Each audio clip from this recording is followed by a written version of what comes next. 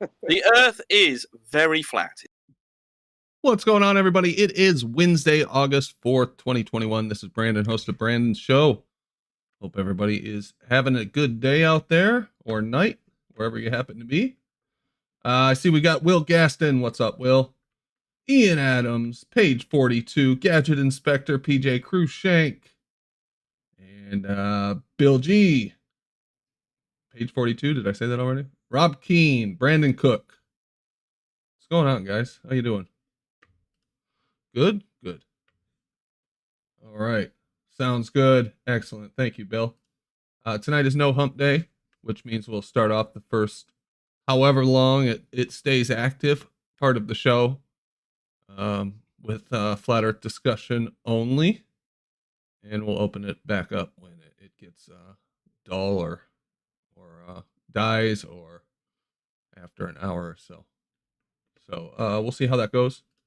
Essentially, if the conversation remains interesting for the whole time, we can just keep it flat earth the whole time or whatever. We'll just remain flexible to keep the show interesting. That's my plan anyway. All right. We got a few people in Discord. Let's pop in and see what they got. Oh, Brian's there, so he can definitely keep us entertained. Yeah, I just feel the same way when you sit there and think, how can you honestly say what you're saying right now and actually believe what you're saying?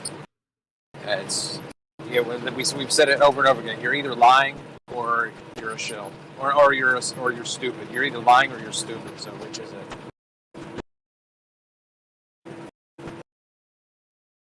What's up, guys? We're live. How you doing? Oh, damn it! What's up? What's up? What's up? What's up? What's up? Oh, we got part of a honk there.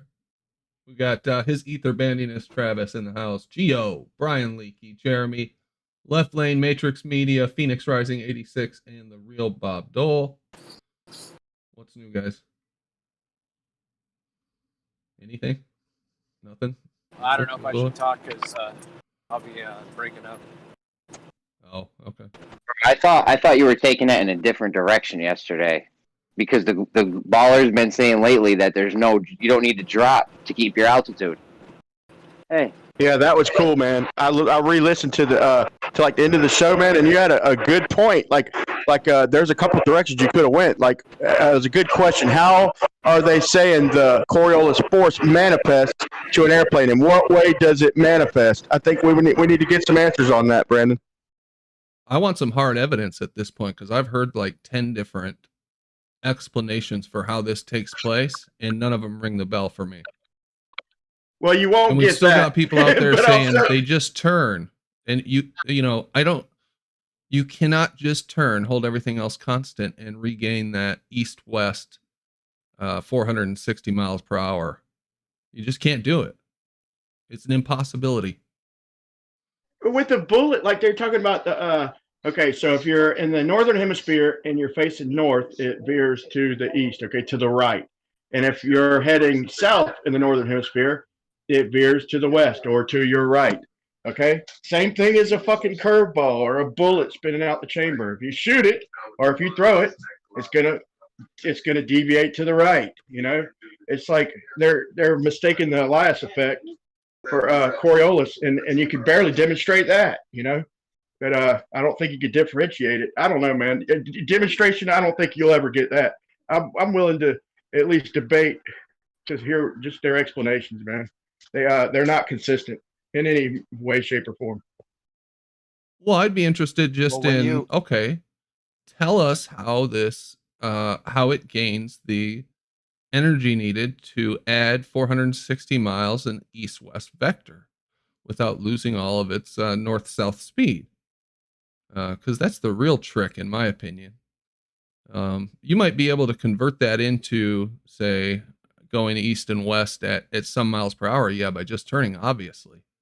But you have to gain the additional tangential speed as you get further south. You can't do that by just turning. So that should manifest itself in some way if it's the... What? You just don't understand the great scale negator, because the atmosphere is in tandem with the spin of the Earth. So if the plane is going at the right speed right? It's only 4 miles, right? It's only 4 miles of correction within within 1 degree. So the Earth is just going to the Earth automatically makes up that difference. It just sucks you along with to keep you in tandem again. Oh, that's all it does. Okay. Then there is no Coriolis effect then in that case. Right? You know what I'm saying? Yeah, I see what you're saying. It's just like you're flying over a flat stationary Earth, because it's such a small increment that you can't tell. It's a great scale in the game. Yeah. That's it. That's exactly right, Travis. You got it. It's as simple as walking on eggshells, saying when asked, "Does the Earth rotate under the aircraft?" His response was, "Yes and no." Right. Dude, check I know, this that out, was man. Interesting. You know- Hey, let me say one thing. Sorry. Today is no hump day, meaning at least for the first part of the show. So flat earther only discussion. Howard, no offense, my friend. We will open it back up when the conversation kind of dies down, or after an hour or so, depending on what happens. I'll go on mute out of respect. All right, thank you, sir. Thank you. So check this out. So when I went to do that the fishing line test, okay, when I filmed in that boat out over the water, when I got out, I was going to retrieve it from one line. I'm like, fuck this, man, I can't get the help.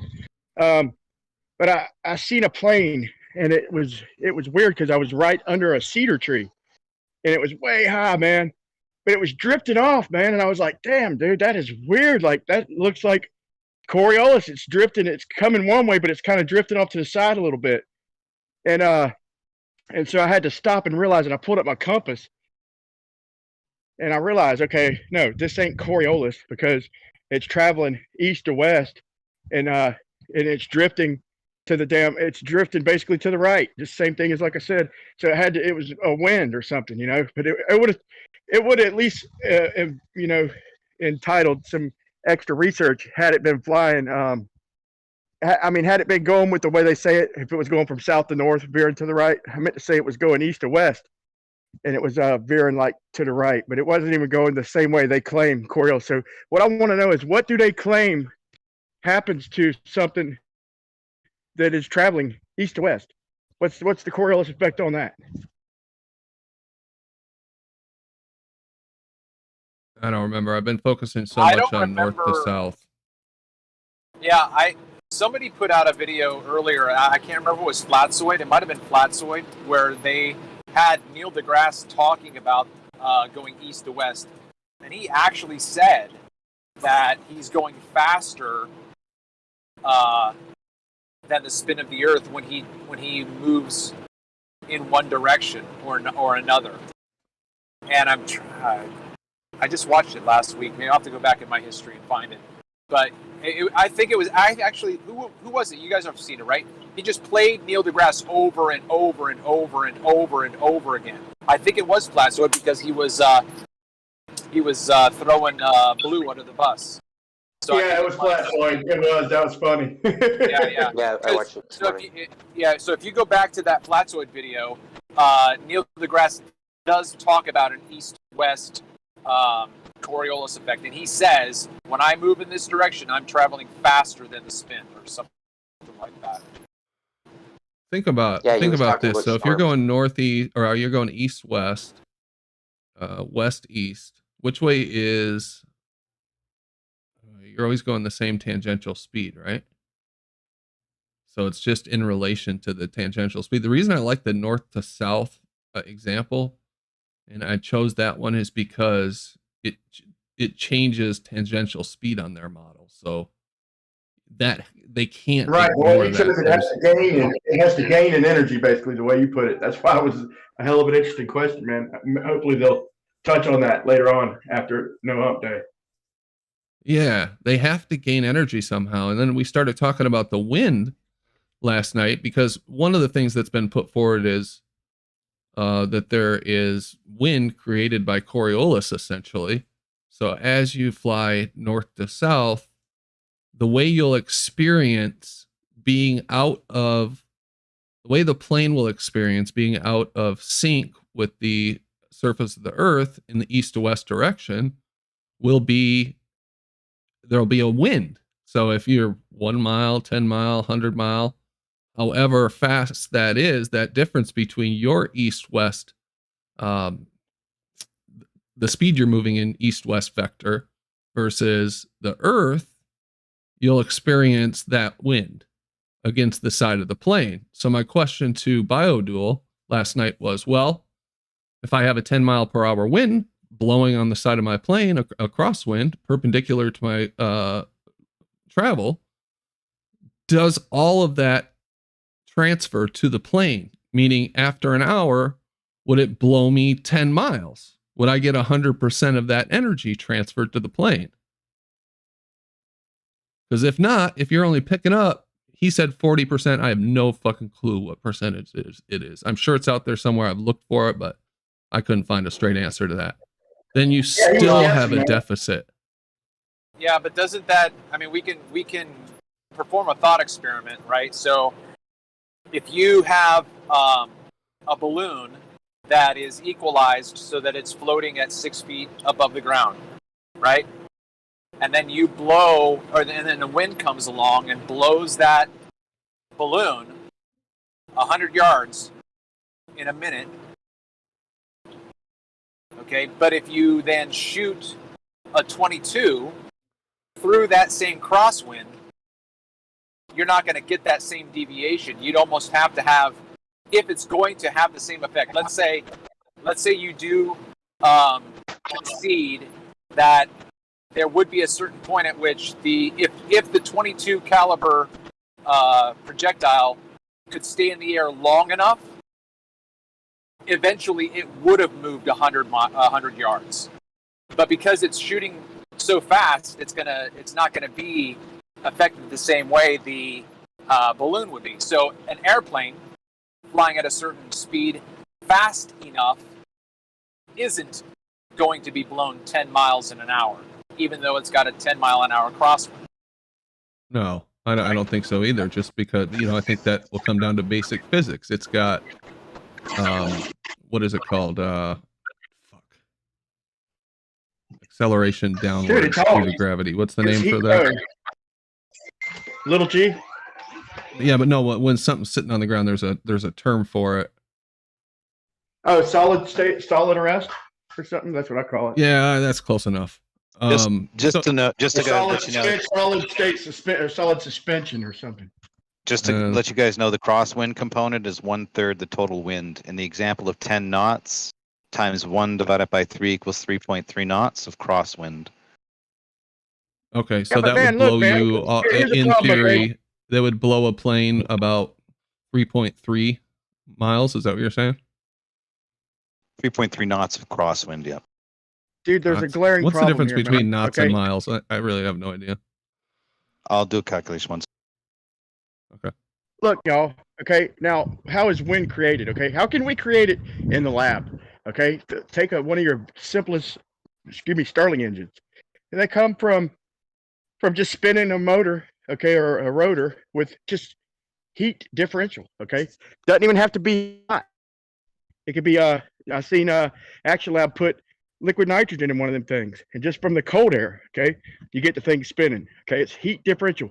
Okay, you go, look at your NOAA, look at any site. The winds are free to move in any direction. There's nothing stopping it. Winds can move, and they could shift due to different low pressure or high pressure systems, all created from temperature. It's all joined at the hip.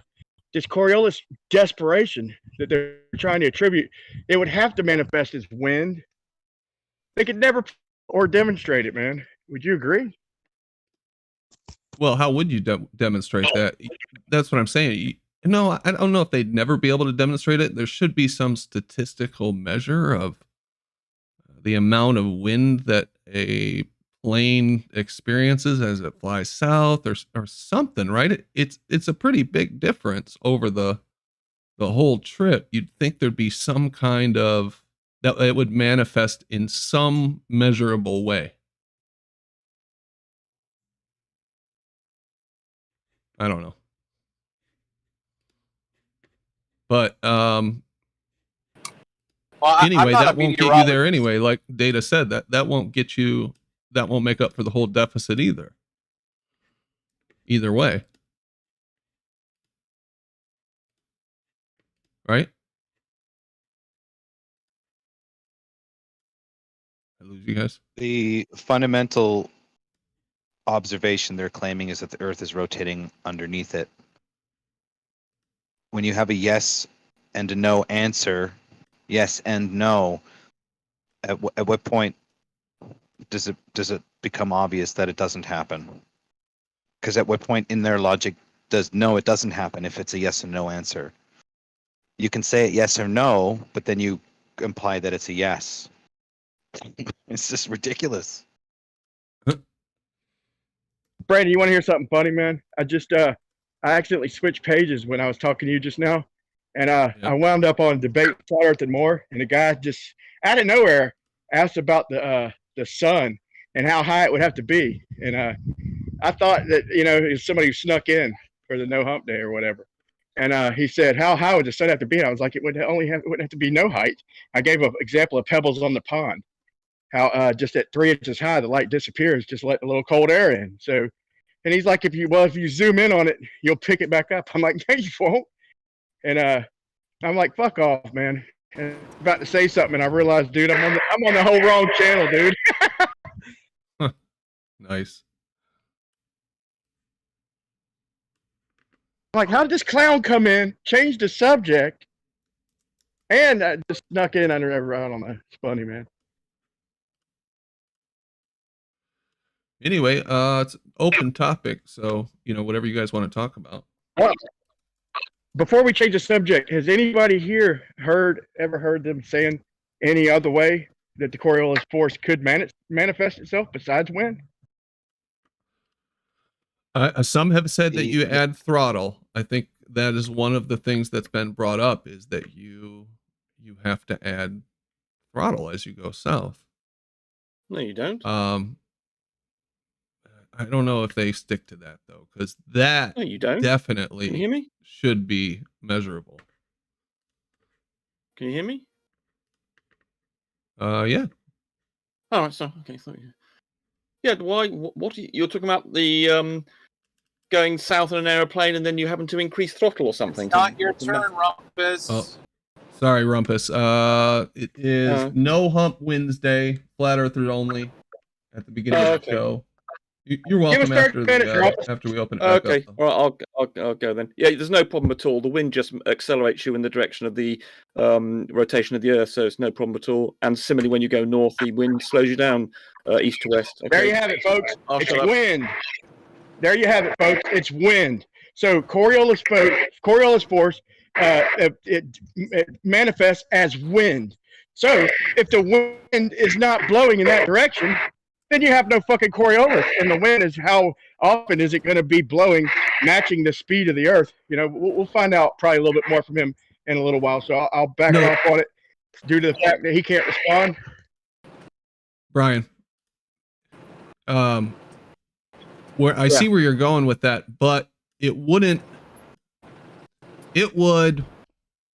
be an addition to whatever wind already exists, right? So let's say the Earth that's what I'm saying. It would have to be an addition. That's the whole problem. The fact that it would have to be an addition is your problem. Can I just give you some quick math here?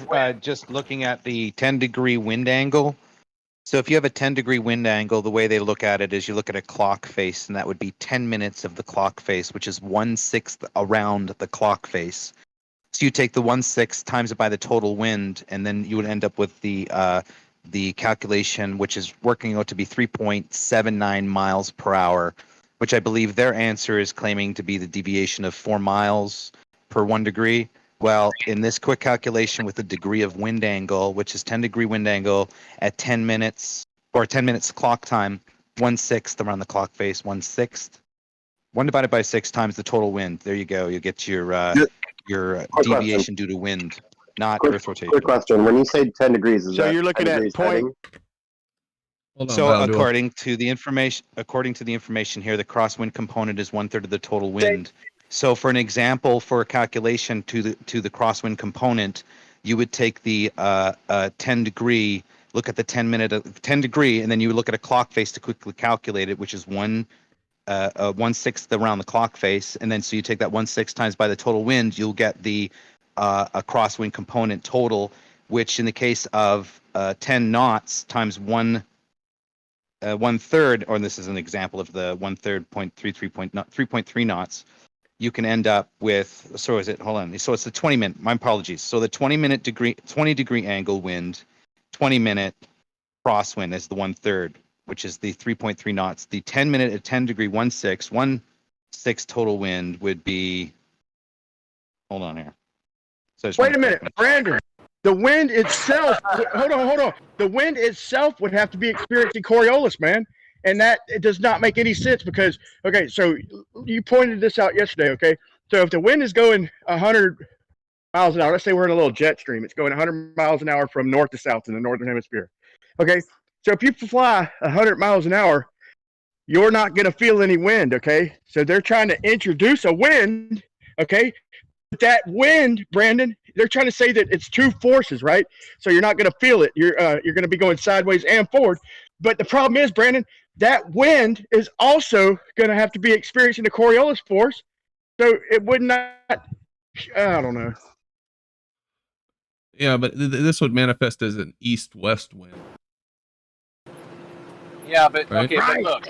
Right. But why would the wind not also be suffering, be experiencing Coriolis? The wind itself traveling from north to south, if there was a wind, hypothetically speaking, it too would be experiencing Coriolis, bro. Listen, it's a double speak, double standard, okay? The atmosphere is in lockstep with the Earth. That's why we don't feel the wind blowing against us at 700 miles an hour or 1,000 miles an hour or 300 miles an hour, depending on your latitude. Why?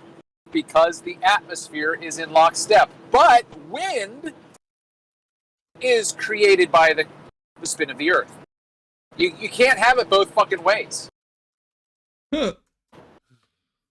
Yeah, it just doesn't make any sense either way. I've been thinking about okay, so let's say you did just turn and you didn't throttle and whatnot. You have to make up that speed, that tangential speed, in a very particular vector. So let's say you make these small adjustments by turning a little bit, and you're constantly making these small adjustments at turning. Is your actual ground heading going to be the same as your, what's it called, Data, the way a plane is facing its nose, the way it's pointing? Trajectory? Heading? What do you mean? Not its heading, the plane's heading versus its ground Trajectory? Ground track. Trajectory would be one. You know, when your nose is tilted to the side, but you're still going in a different direction, you're going in a different direction than the actual nose of the plane is pointed. Oh, you're you're talking about what he said. You trimmed your aircraft to an angle against the heading of the wind. Exactly. What's that called when you do that, and the fact that your actual heading differs from the tilt of your plane? Yeah, in other words, you have your throttle, you have your God, it's an action word, it's a verb, right? It's no, there's an actual pilot, there's an actual flight word for it. There's a I'm brain farting, bro. I haven't been to pilot school in 3-4 years. I don't remember, dude. I haven't thought Hey, about you it. did it 8 times, bro. Just stop it, man. It's on the tip of my tongue. Read it, somebody. What is it? Don't tease me like that. Dude, you have blah and blah. You have fucking blah and blah, like you're. Oh God, dog. Somebody else. I'm not even talking about y'all. I'm not even in pilot mode. Yeah, your roll. Your roll, right? Well, your attitude. Your what? What? Your y'all. Sure, man. It's rolling y'all, right? The term is attitude. Yeah. You just said it, Data. Yaw. Twist or oscillate about a vertical axis. Is that what you were looking for? No. Here, can you guys see my screen? This is the situation mean? I'm talking about. The white arrow is the direction the plane is moving. So this plane is going this way. This is the plane's, the way the plane is facing. So its nose is actually facing this way, but it is moving this way. Yeah, so you can trim your aircraft like that. So basically it's flying straight as you trim, right? But it's not following the direction of your nose.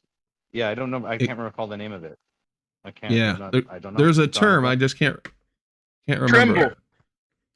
But anyway, you guys Crabby. know what the situation I'm talking about. So what I'm saying is, if you make all those small adjustments to try to gain that east-west vector, all that, speed in the east-west vector, so you match the tangential speed of the Earth, is your plane going to start twisting like this? Is the difference between your heading and the way your plane is pointed? Gosh, I wish I knew the term.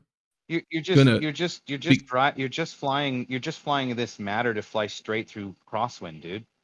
So it's not anything to do with the Earth. You're just flying this way to fly against the crosswind, so you can fly in a straight. Yeah, Rocky made a good point. Rocky made a good point after your show yesterday, Brandon. Instead of your being deviated over, right? You're counteracting with the trim to counteract that push of the crosswind, so you can fly into it a straight path, right? Correct me if I'm wrong, but that's I understand at least my basic understanding. It sounds right, Yeah. Data, but hold on. Rocky made a good point. If you have this, so in other words, if you have this effect, then it's going to be different depending on which angle you're going. So there would be a gauge for that, okay? And there is no gauge for that. Hey, shout out Will Gaston. NDT claims Coriolis affects the path of football during an OT field goal at Paul Brown Stadium. Too bad the stadium lies east to west. Oh, good point. I never even knew that. The whole thing was ridiculous. Anyway, thank you, Will. And then let me scroll up. James Richard, shout out to Brandon. What's up? What's up, James? How you doing, buddy? Thank you very much. And Silent Zero, no hump appreciation tip. Good day. Yeah, I had to mute a whole bunch of them. They're trying to sneak in there. Thank you very much. Much appreciated, Silent Zero. Thanks, guys. It's all Coriolis. It'll catch up. It'll catch up to us by the time we get down south. Well, you know what Bob always says? You just follow the path. You just follow the ground path. And you pick up the speed. He keeps saying that. He said it even this Sunday. You just pick up the speed from wherever you're at. According to Bob, the drunken idiot, okay, he said that when I asked him on Jose's, he said that, yeah, you would experience Coriolis on the ground. So I'm like, so basically, if you do routes north and south, all the tires on your right are going to go bald quicker because of that Coriolis force putting pressure on your right tires. It's fucking retarded, man. I think I heard Rumpus say that you would actually get Coriolis effect from walking. As silly as that sounds. He said it on Oakley's one day. They do think that, and they always make I'm an walking. argument that it's so slight you wouldn't even realize it. You just Right, pick it but up. then that goes against their whole.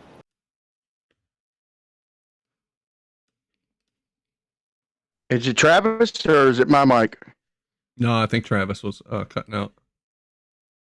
It's probably me. So It's probably what they're in, claiming, North Carolina. what they're claiming is that if you go fast enough, like a train, like a high-speed train, I would have to say, would eventually, you get enough speed, it would derail itself in a certain direction due to Coriolis effect. If you've got going fast enough. But if you think about this stuff on a large scale, so think about this. Think if you have like a trail of planes, like planes lined up every mile. You have about 500 of them. And picture them all going in a straight line. It's not hard to do in reality. You can just picture it in your head. On a globe, dude, they'd be pinballing around and shit. They'd all meet up in the middle. They'd crash into each other after a certain distance, man. It works fine when you're thinking about the globe, but when you try and think of reality in certain scenarios, it breaks down, man.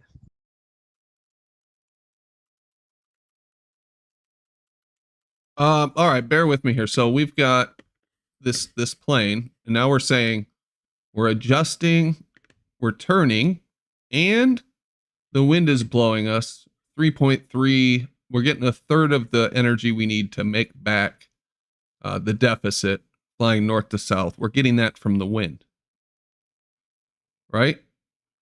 But this wind is 10 miles an hour, so this is going to build as I go south.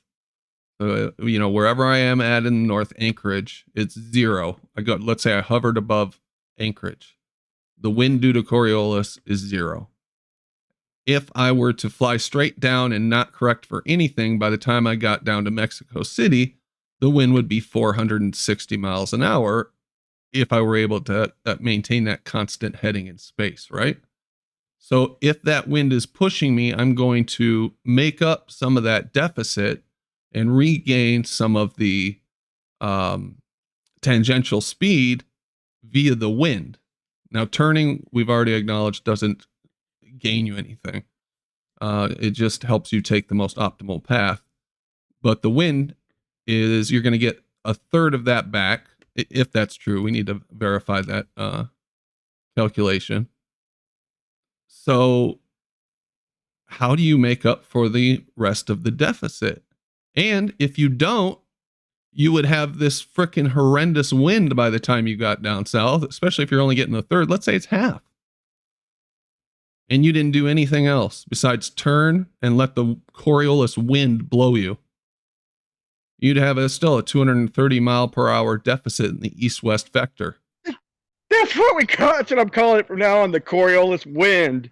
They went from the effect to the force all the way to the fucking wind, folks.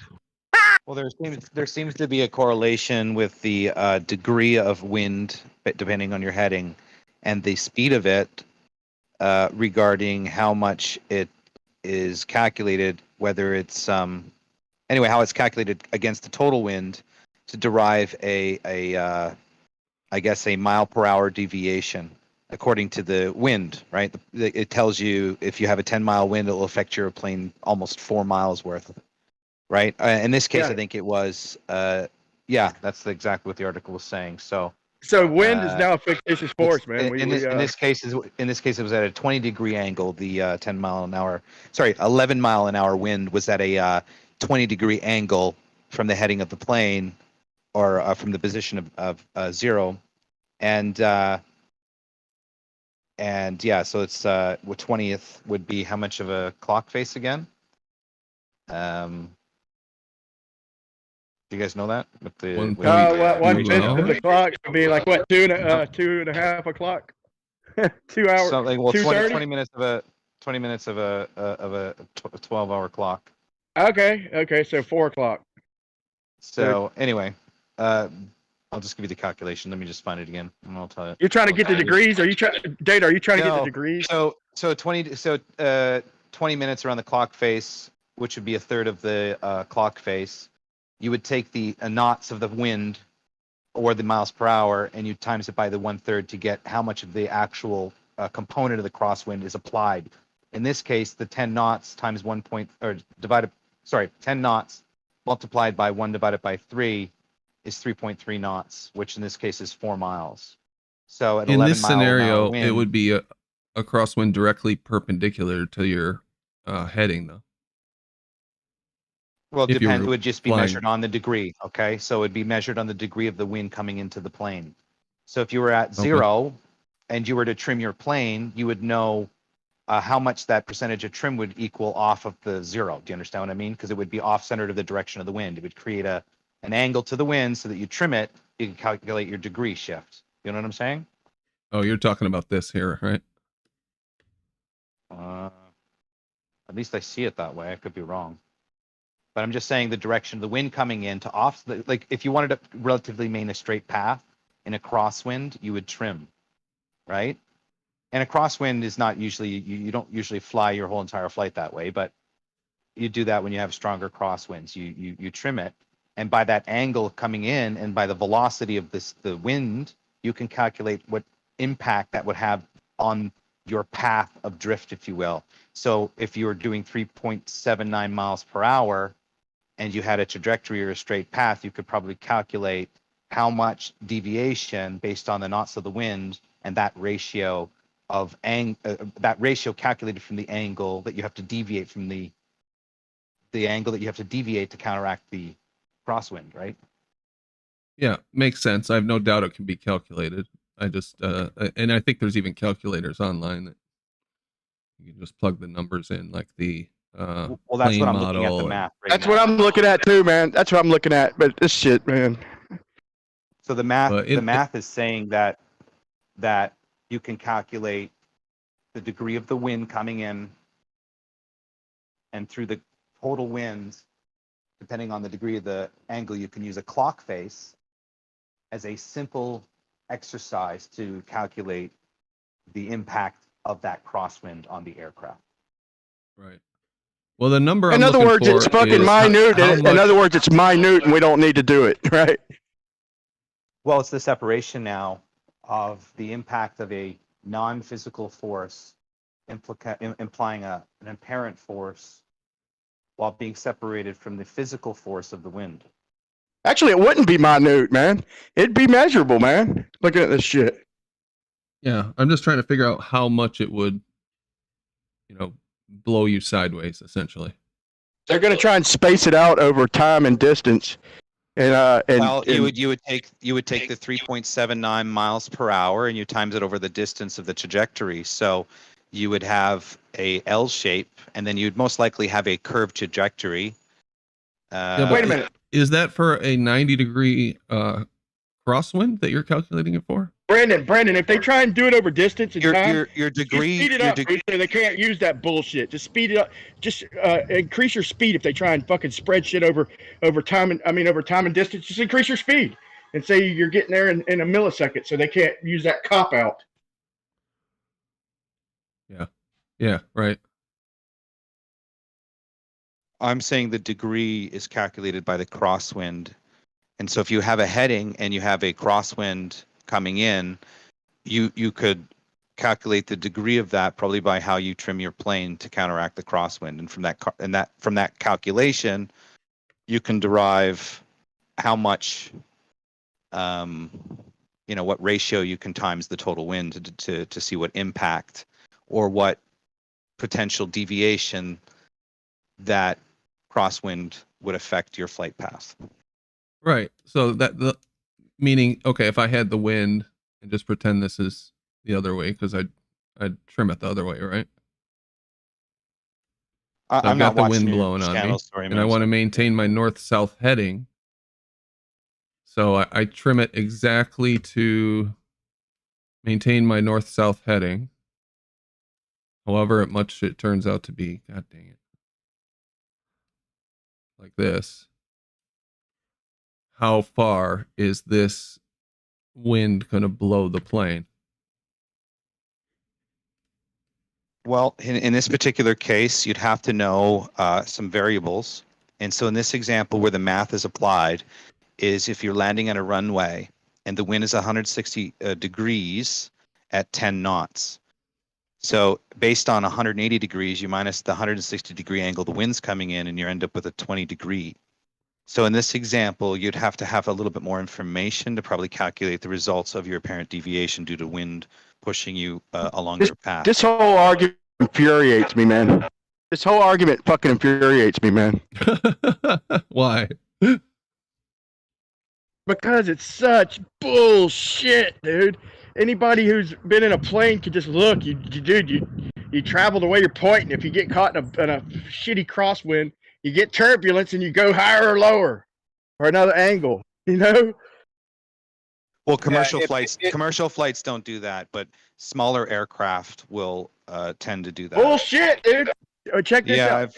And we got caught up in that coming from Vegas, and well, the motherfucker. We don't want to enter a storm, but to get out of it, we definitely compensate. But primarily, you learn that technique landing, right? When you have to land in heavy crosswinds, right? So that's where that's where you learn that technique. And I'll never ever get used to that ever. And I haven't been in school a long time. I can't, for the life of me, recall what that angle of attack is called, but or whatever you want to call that maneuver. I can't remember. Y'all. Yeah, but that's just the way you position your plane, right? So that's the action. So is that what you're looking for? Yeah, it pisses me off because, dude, they could never, ever prove this shit with the wind, man. You know. Now I'm not talking about what you're saying, Data. I'm talking about them using the Coriolis force as they're going to call it a fictitious force, and they're going to call it wind. That's a contradiction on its face. So at what point does it interact with the plane, this force? They say through the atmosphere, right? Yeah. So is the atmosphere the only interacting force? If so, then how do they calculate the separation between the wind deviation and the between 2 points? If a plane is flying along one trajectory, how do they calculate the separation between the two? And they don't. Great point. And then Great point. Because the pilots don't account for it, and they don't even They can't. think about They can't just use it in the air, people. They're only concerned with weather and flying as straight as possible. Yep. They can't just use it in the air, people. They have to. I mean, I know they don't like it, but they have to say, yeah, it would work. It's the same thing if you were running or walking. And we know we don't experience this shit in reality, What right? would be the purpose of creating Nobody Concorde? veers off to the right if they're sober, anyway. What would be the purpose of creating a Concorde if the Earth rotated under aircrafts?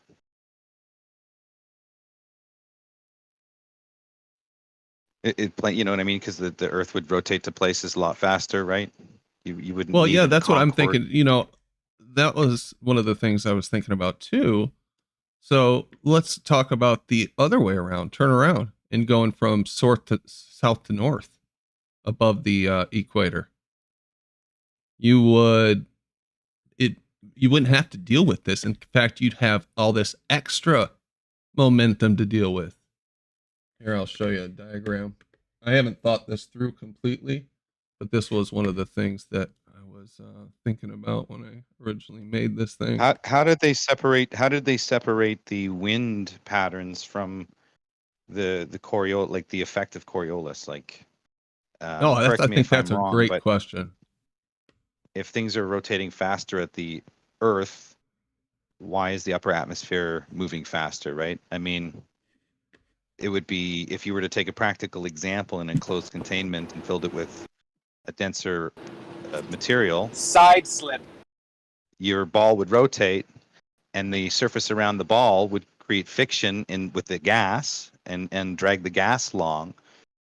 But it would spin faster at that surface than it would at the outer edges of the containment, right? Yep. I mean, yep. at least it wouldn't even make that gas spin at the surface one for one. Well, it would have this constant slip. Well, imagine it in this perfect scenario that it's compressed to its maximum amount. So that means the acting air pressure would be pushing on the outer ball as a wall, right? And so that friction would eventually spin the gas. But the problem is that friction doesn't hold the gas to the surface. It's being pushed upon by the obvious gas that's surrounding and being, obviously pushed against the outer walls, right?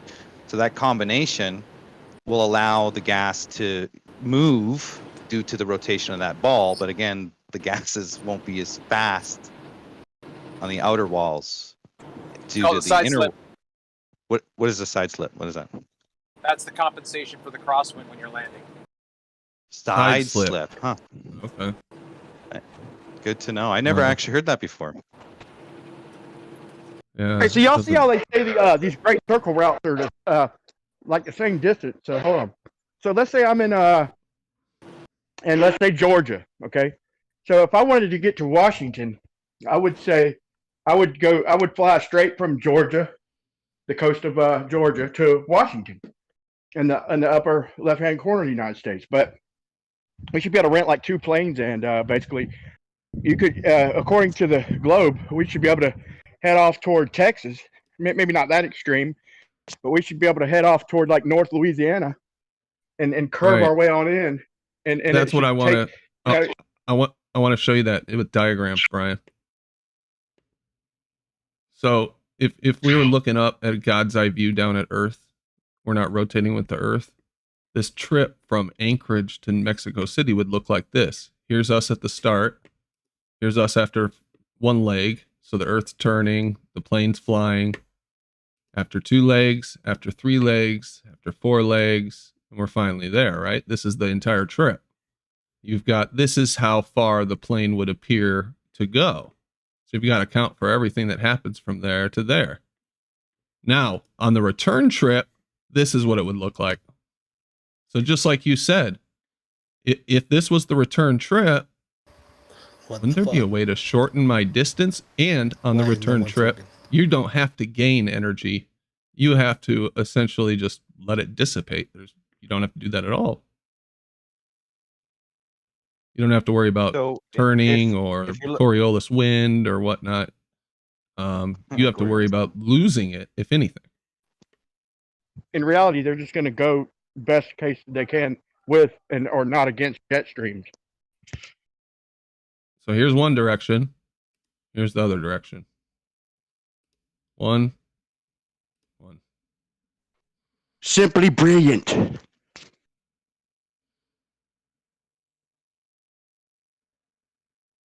I don't know. Seems like there'd be a difference to me. You know what's funny about these grid systems, though? I never trust them because they're about conforming to a construct. Earth is not a construct. And so when I see these grids, I never trust them. No. Yeah, that's a good point. That's one thing I question too, is the longitude and the latitude lines. Right. That's when I was giving my example earlier. I should have said, like, up at the North Pole, like you take a stretch of 500 miles, just a bunch of planes a few miles apart from each other, just a whole line of them, and all going in a straight line on a globe. Wouldn't they have to deviate toward the equator? Well, that's what the demonstration shows if you use Google Earth and you draw lines from east to west. Lines end up converging to the equator. So in other words, if a bunch of people held hands from the North Pole and started walking toward the equator, you'd have to either let go or deviate from your straight line. That's fucking ridiculous, man, if you think about it in reality. Wait, explain that one to me. What do you mean? What do you mean? The people holding hands that long of a distance, or the fact if we're holding hands and we're all walking in a straight line on a ball, we start at the top, walking toward the equator, we'd have to let go. We'd be spreading out. How would we get across the water there, Brian?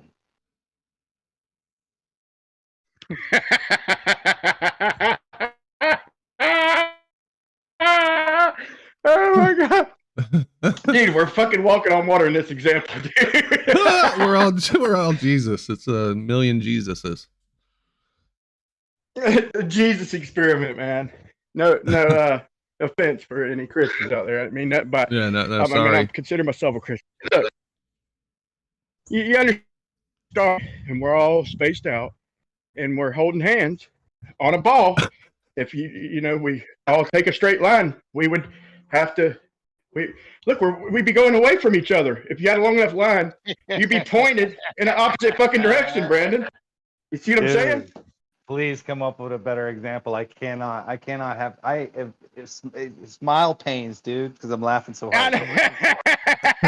But it's simple, man. It's simple. If you get a big enough group to hold hands on a globe, on each end, they're pointing different fucking directions, bro. It's fucking retarded. I know that is funny though, dude. I still don't get it. You mean if they started off at the North Pole? Yeah. Brandon, if we're at the equator, okay? If we're at the North Pole, okay, and say there's 500 miles of people, okay, 500 miles circling the North Pole, okay, then the first person and the last person are facing in total opposite directions, bro. Oh, how can you walk? He's just saying if you step over that line, immediately their backs will be turned to you.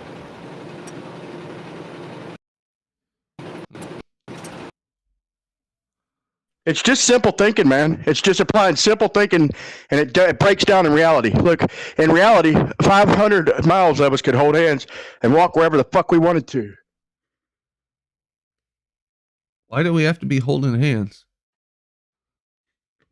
Yeah, I know. Why do we have to be holding hands? So that you don't deviate from the left or the right. So again, if you look at the longitudinal lines on a globe, they deviate from the axis point. So if two people are going to walk along that longitude, they're going to immediately start to deviate. And it's the same thing, Brandon. Okay, if we take that, let's say we get every flat earther in the world, we come up with, or let's just take 2 million flat earthers. We march on to Washington, right? So we're marching, we're all the way stretching like toward Virginia and shit, right? And we all got a little ladder with us, okay? And we all join hands, okay? We all join hands. We spread our ladder out. You'd have to keep. As You'd soon have as to we keep climb up growing. that ladder, dude, when we climb up that ladder, we're not going to be able to keep holding hands because we're going to be separating away from each other. You'd have to keep growing the circle as you moved away. I mean, it's kind of crazy examples, but I mean, I'm just trying to point out the concept and how ridiculous it is.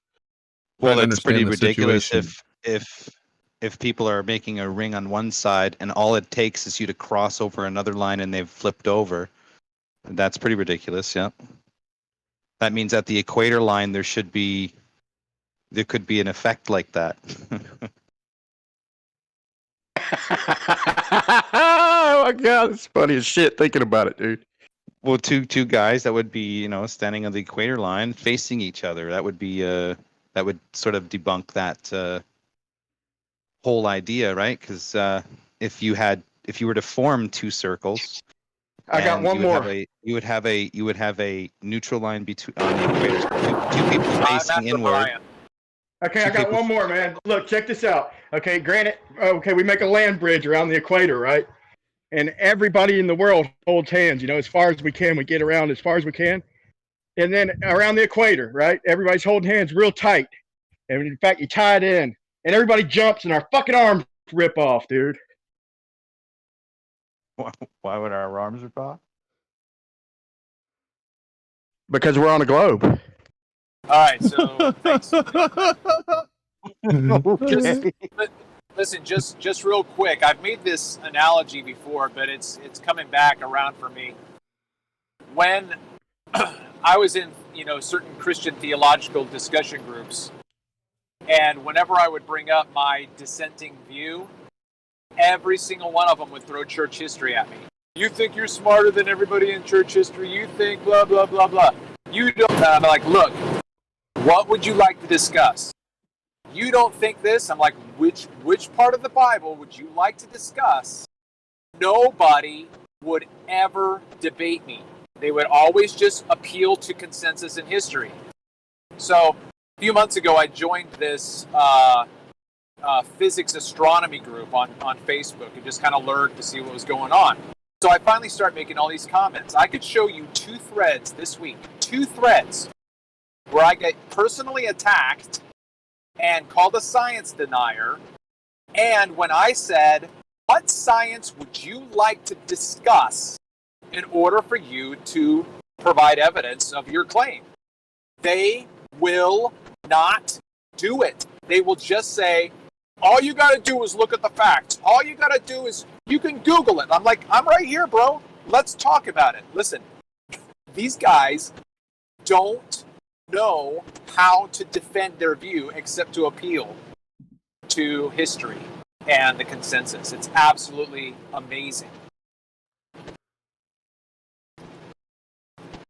Well, I can somebody just give me an understanding of why somebody like walking on eggshells exists for the purpose of responding to a question, and the question was simplified regarding Coriolis, and you all know the question, but for redundancy, I'm just going to repeat it. Does the Earth rotate under the airplane?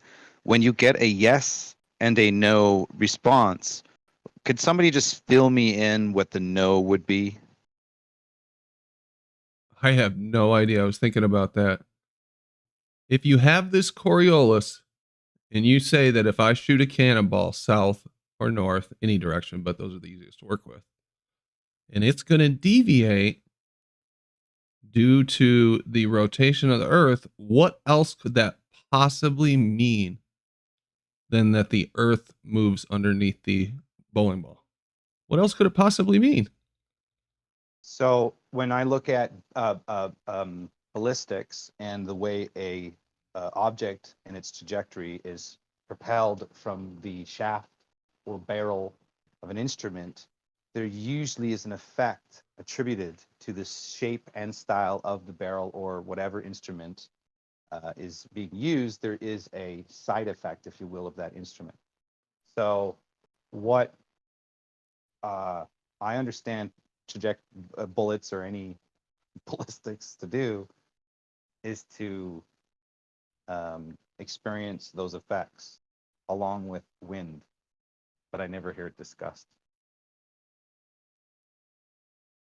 Yeah, when they built those tables, the calculations that they use include all that stuff. They collect all the different variables, and they use the equation of motion, and they assume that the Earth is rotating and that's going to cause a certain deviation. And then there's a value that is the unknown, which is the ballistic coefficient.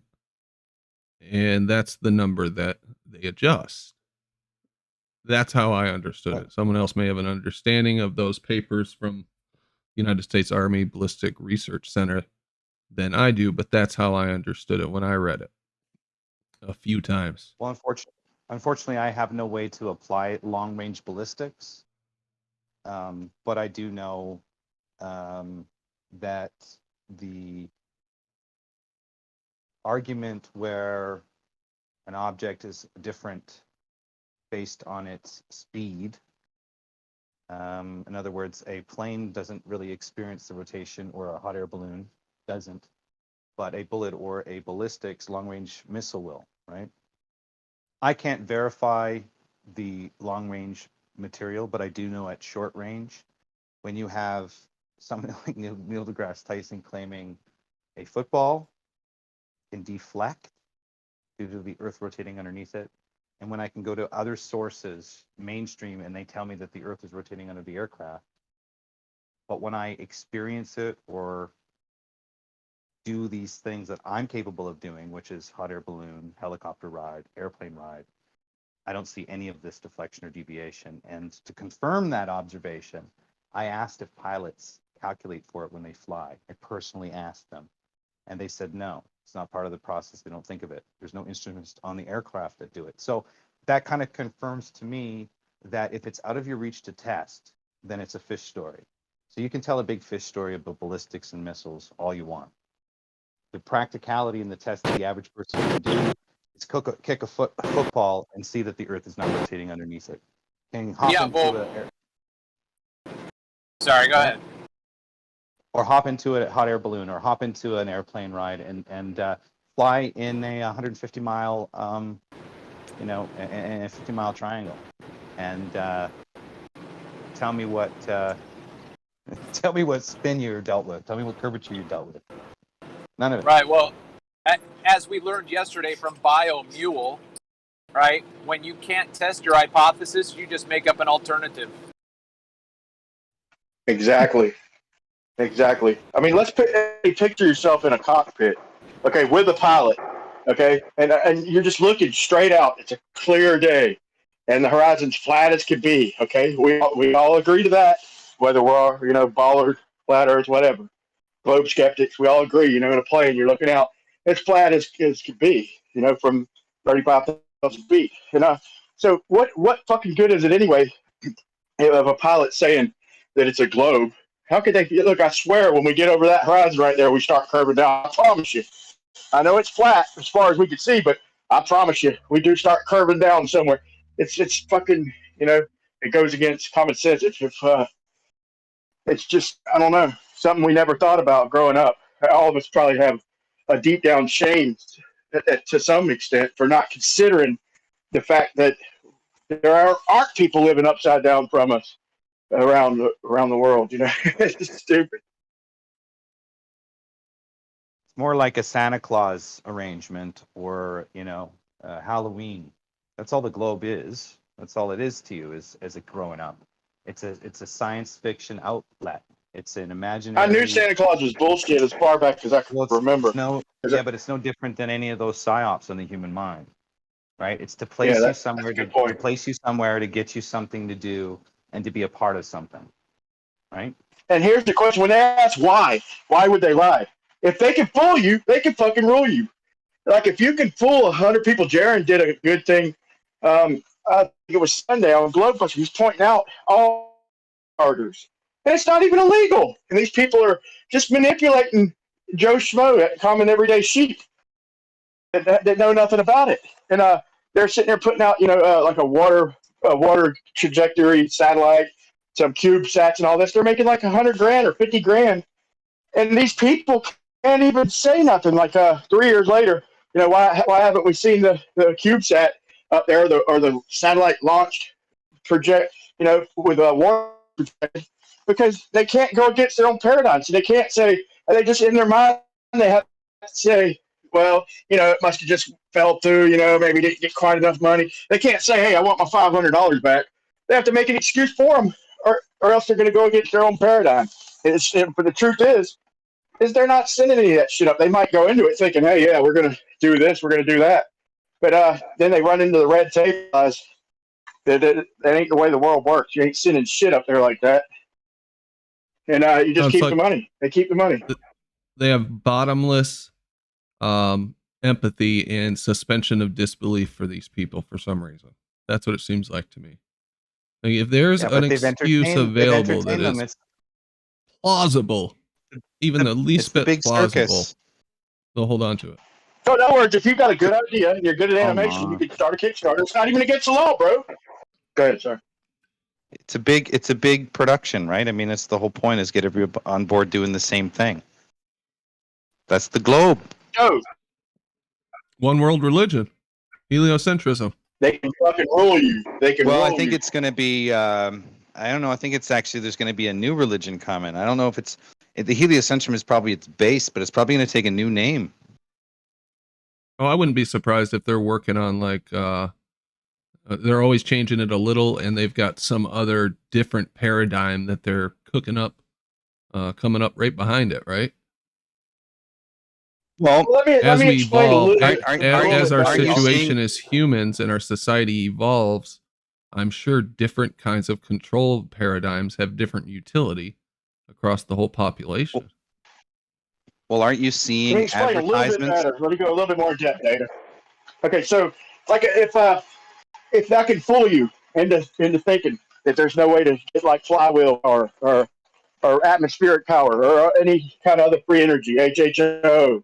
If I can fool you, I can connect you to this grid, and I can tie you into a job. Now, if I tell you there's a globe, you go that way, you're going to circle back around. I can fool you. I can keep you out of my other lands, or whatever other resource I have. I can keep you away from them, okay? That's just a couple quick examples. I mean, if I can fool you, I can fucking rule you. If I can fool your mind, life. And we're waking up to that shit, man. How about it's more of like just being able to call it out, or notice a discrepancy, or notice doublespeak, or notice where there's misdirection, right? Discernment. That is one of the reasons why Flat Earth Data, that I think it is important to stay engaged with ballers. We hide ourselves out, and we retreat into our echo chamber, and it takes away from that. It's Look, if you're going to have, listen, here's what it breaks down to for a baller argument. If you're going to have the philosophy that I observe star rotations, two opposite rotations, therefore it's a 3D representation of reality, the celestial sphere. There's no, you can't fault the person for believing that, for part of a philosophy and what they've been given for observation facts. Yeah, I don't fault nobody, man. The point that's going to make it for the person that doesn't care is the person who separates the man's understanding of the celestial bodies and your own personal understandings of what you can test. So if you're going to reset, you want to go back to the foundation of what you can prove. It's not what you know, it's what you can prove. So for me, I can't prove the Coriolis effect affects bullets, even though I fired guns. I cannot prove that the Coriolis effect affects helicopters, even though I've been in helicopters. I don't see it. I can't prove it exists. Great scale negator, bro. When I've been in all the aircrafts and I interviewed pilots, They don't account for it. They don't think of it. It's not in the books. And when you go to class, you don't get taught it. I've showed it to you. So it should be on a gauge, man. It should be a gauge, people. If it works different in different directions and I'm traveling, it should be a fucking gauge. Sorry. Data. I've showed. This is. Hold on. Let me finish. This is the truest form of nature of what a flat earther can do is go back to the principles of understanding the reality and seeing if they can prove what's been stated before them. Yeah. So RC Meisty, I've actually used your own, not you personally, but your heliocentric system against you for the point where you fight against your own stuff. Okay. Open it the back reason up, why guys? I do that. The reason why I do that, RC, is because I want to show you that you are in this for what? What dog in the fight do you have to fight against your own nonsense? It's mind-blowing. You don't understand Coriolis.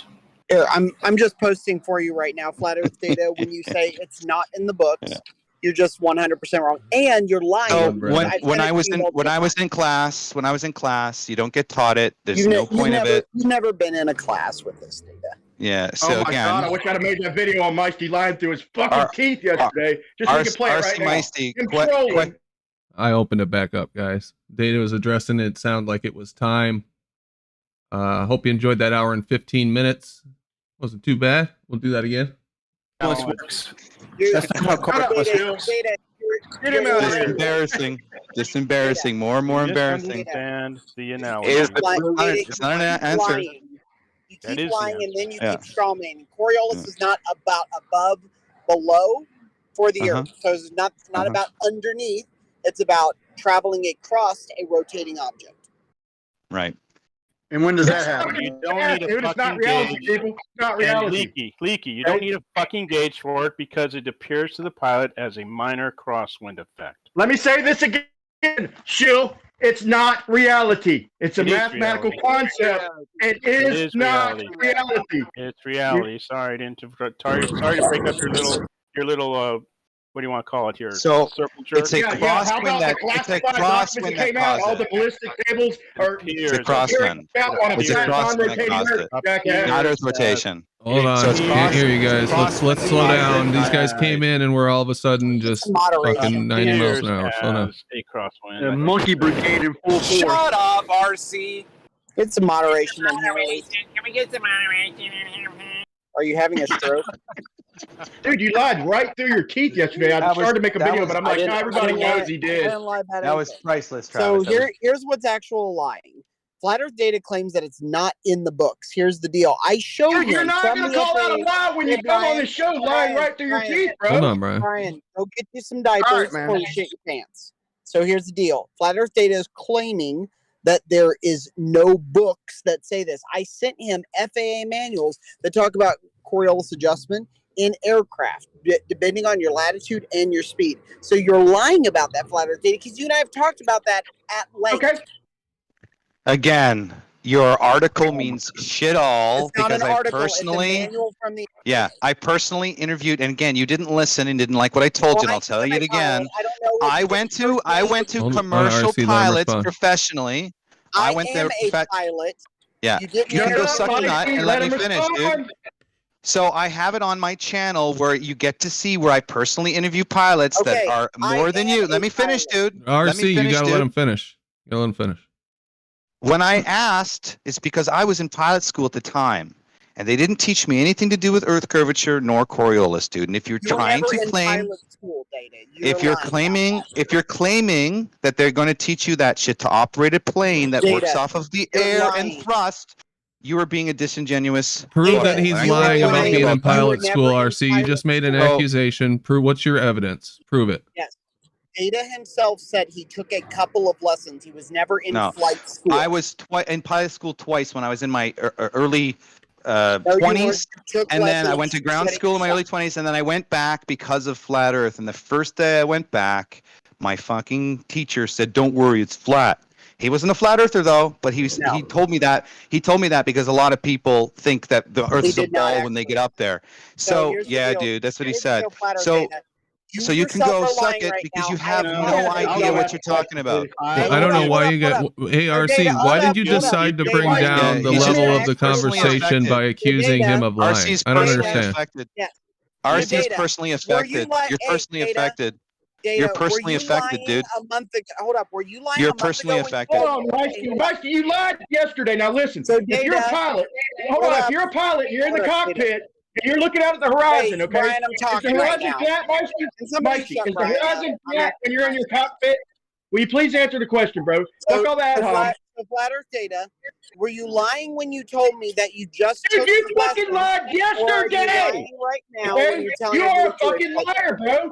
This liar is coming on our show I went to accusing pilot somebody school of lying. twice. All right, in Brian. my early 20s, I Data got can deal with it. sick. Let's let him deal with I got sick in my early 20s. I had to stop my grounds. I went back later on when I was learning about flat Earth. I wanted to find out what it was like to fly over 150 miles, 200 miles, from 2 or 3 different points. So I went to pilot school to learn how to do that. And there is no curvature, there is no spin, there is no rotation. And do you know what I've documented? The response to that is, this is what the response is. Here's the response. It's too. Hold on. And Penis is on record saying it too, just for the record. He says, "Well, that's too short of a distance to experience any Coriolis." Yeah. All right. Or the curve, or Coriolis. So, Data, how many times? Yeah. But yet you can measure. You can measure curvature for a 6-foot observer, right? But you can measure curvature for a 6-foot observer. Right? Go ahead, RC. So Data, my question is, did you actually log ground instruction, or did you do what you said 3 weeks ago and said you took a couple of lessons? Which is it? So I did both. In my early 20s, I did ground school for 2 months. How many lessons? And then I got sick. Take? Fed. How many lessons? In total, maybe 12 to 14 hours, maybe in total. That's it. Hours. That's Who it. cares, dude? Who cares? What does any of this matter? Hold up, guys. Hey, dude, you're talking about a person, not an argument. Oh, shut up, please. Who's talking about a person? No, I won't shut up. I actually know what the fuck I'm talking about, unlike the majority. No, you know shit. And we talk about the argument and not the person. All right, Mikey. Okay, now, hold on, Mikey.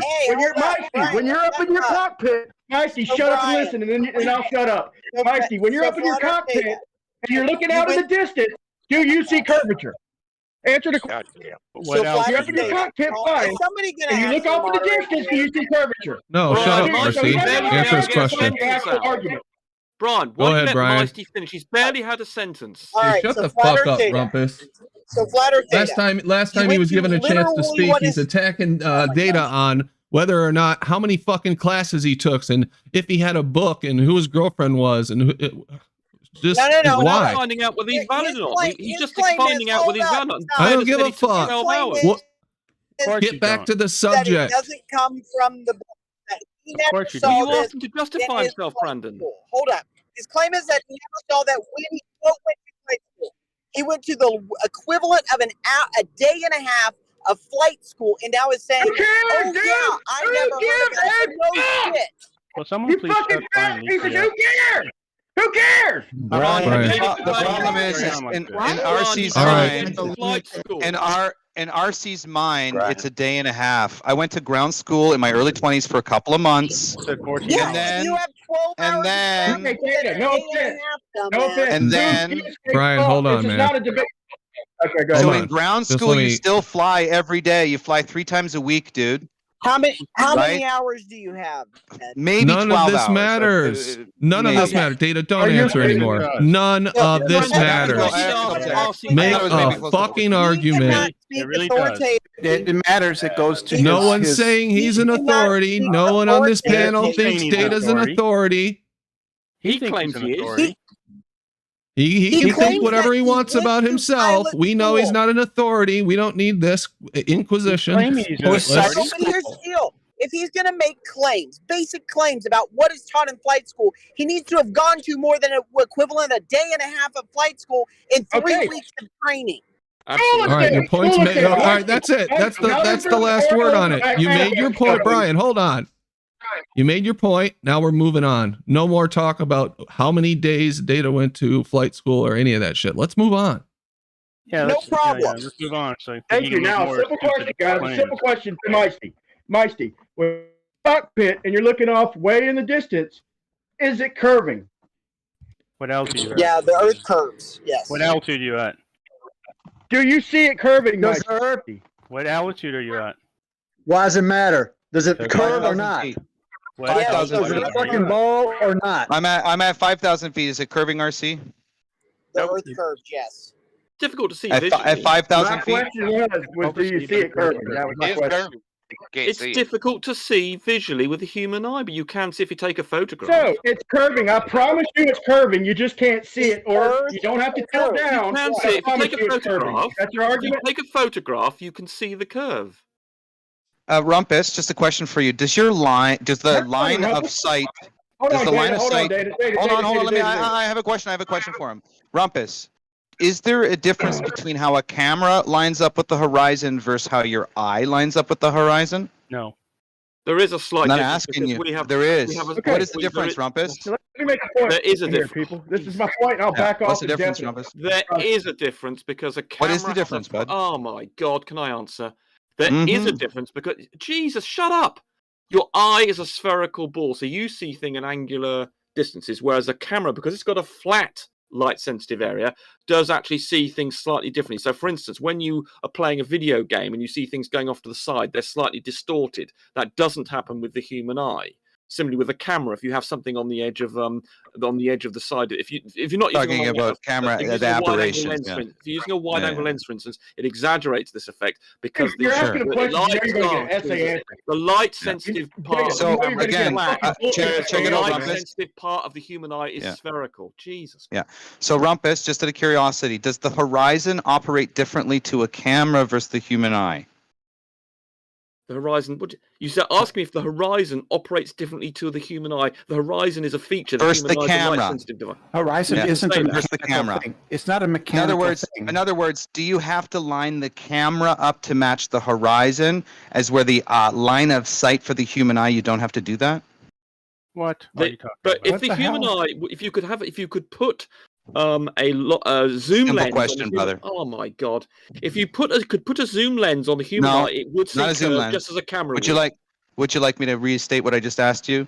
Does Oh, the what camera? answer you Do you think need you're to going to point get, the Data? camera? Do you need to point the camera at the The horizon, truth. or do you need to look It at doesn't the matter horizon? where you point the camera, up or down, left or right. You will see a curve if you could zoom in properly. Well, if you had the Okay, accuracy.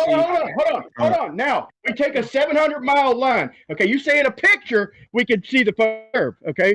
Or I'm assuming we could see one in a Left to right. We're talking video about left to too. right curve, aren't we? Hold on. We're talking about No, left to right curve across the field hold of on. view. We take Correct? a 700 Brian, miles are you of talking about satellite. left to right Hold on, curve, buddy. or are you talking We about take- curve along the line of sight? If you listen and shut up, Which you'll hear me. sort of So we curve take you talking about, 700 left to miles. right or along the line of sight? I didn't even ask my question, That bitch. matters at Shut all or up. not. Okay. You keep on asking me Now, if I can if see we the curve, and I look- want to make hold sure on, you know hold which on. curve Listen you're to his talking question, about. and Is then it you the can ask one for left or right? clarification. You have a lot Go better ahead, stuff. You're Brian. muted here, him for a second, bro. Okay, now if we look it up in the sky, okay, and they say we take a picture, we see the curve of the horizon.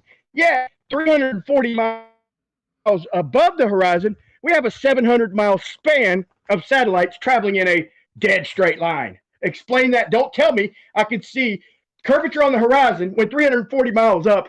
I can't see curvature over 700 miles. Y'all lying sacks of ass. Sorry. Twat, Brian. I'm not going to bother to answer such. It didn't make any sense, Brian. Yeah. Not at If all. you get me obnoxious twat, I'll just ignore you.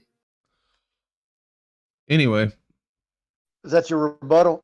Let me ask You Rumpus start a calling me a question. liar. I mean, what's the point in talking to someone who's just going to say you're a liar? I mean, I just don't see why I should talk to people like that. You can make a stupid point. You can make me obnoxious about it. That's But what when you start Brender accusing does all people of the time. liars, I just Brender don't see any does point in that all the time. communicating with you.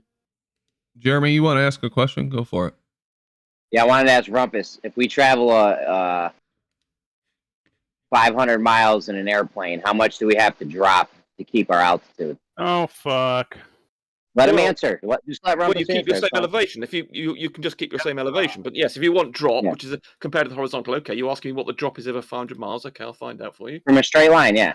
Yeah, from a Not straight line. drop, But of course, you don't though. travel in a straight line, and the Earth's not a straight line. But okay, I'll tell you if Yeah. you give me a No, moment. So they're still drop confusing is out. They're with confusing drop and elevation. For Yeah, I know Christ's they sake. are. But he did ask. But drop is a term we understand. It's the distance Yeah, but if between you the confuse horizontal. something for them, they're gonna misuse Yeah, it but a he's ball or asked not? me. He's asked me a valid question. Right. So the drop is for That's 500. funny. BioDuel said it wasn't a valid question. No, it's not a valid You question. say you think that is a valid question, BioDuel Jeremy, verbatim here's said how you it's should not have a valid stated it. question. Here's how you should have You are stated it. From takeoff, from when the plane takes off, is your tangential line across the surface of the Earth, and then at 500 miles Just away, shut up, what's the distance between that tangential line and your current position?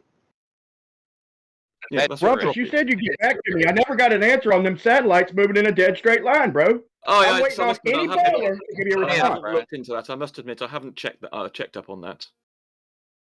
But yes, I'll Rumpus, give if you. we travel 1 mile, how much do we got to drop?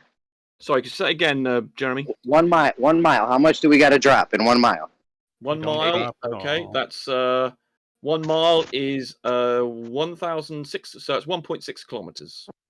Sorry, yeah, that's right. Yeah, 1.6 kilometer drop over. Oh, that can't be right. What? It's a little over a mile.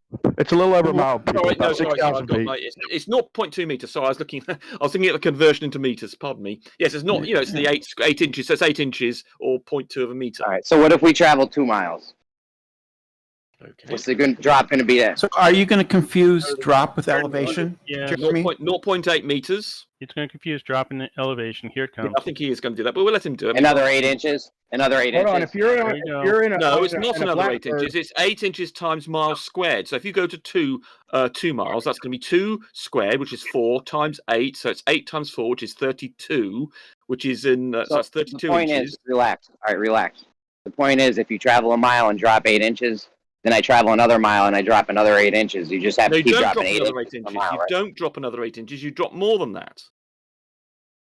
That's Hold in on, if relation. You went I'm in over a this Blackbird, before, if I'm in and a you told Blackbird, me. and I'm That's traveling why over it's a half a mile a squared second, function, Jeremy. That's what the The only squared reason I even function agreed. is. It's not Okay, and if linear. we're gonna square it, let's Brian, speed it up. relax, bro. Brian, Hold on. now, let me get 5 minutes, bro. Come on. Oh. Let me get 2 minutes. Okay, help the glowers. Me and Rumpus agreed on this. We got him on tape saying it's 8 inches every mile. Why are you backtracking on it now? I've never said that. It's 8 inches miles squared. I have never said it's just times miles ever. From the second point though, Rumpus, each mile is only 8 inches, a mile at a time. You're referring to the origin or from the point of origin, and he's talking about from mile to mile to mile. Yeah, but he's not. He's asking what the drop is. If I travel 1 mile, why don't you shut up and let me say what I said? If you travel 1 mile, I would have to drop 8 inches. I'd be at the same altitude.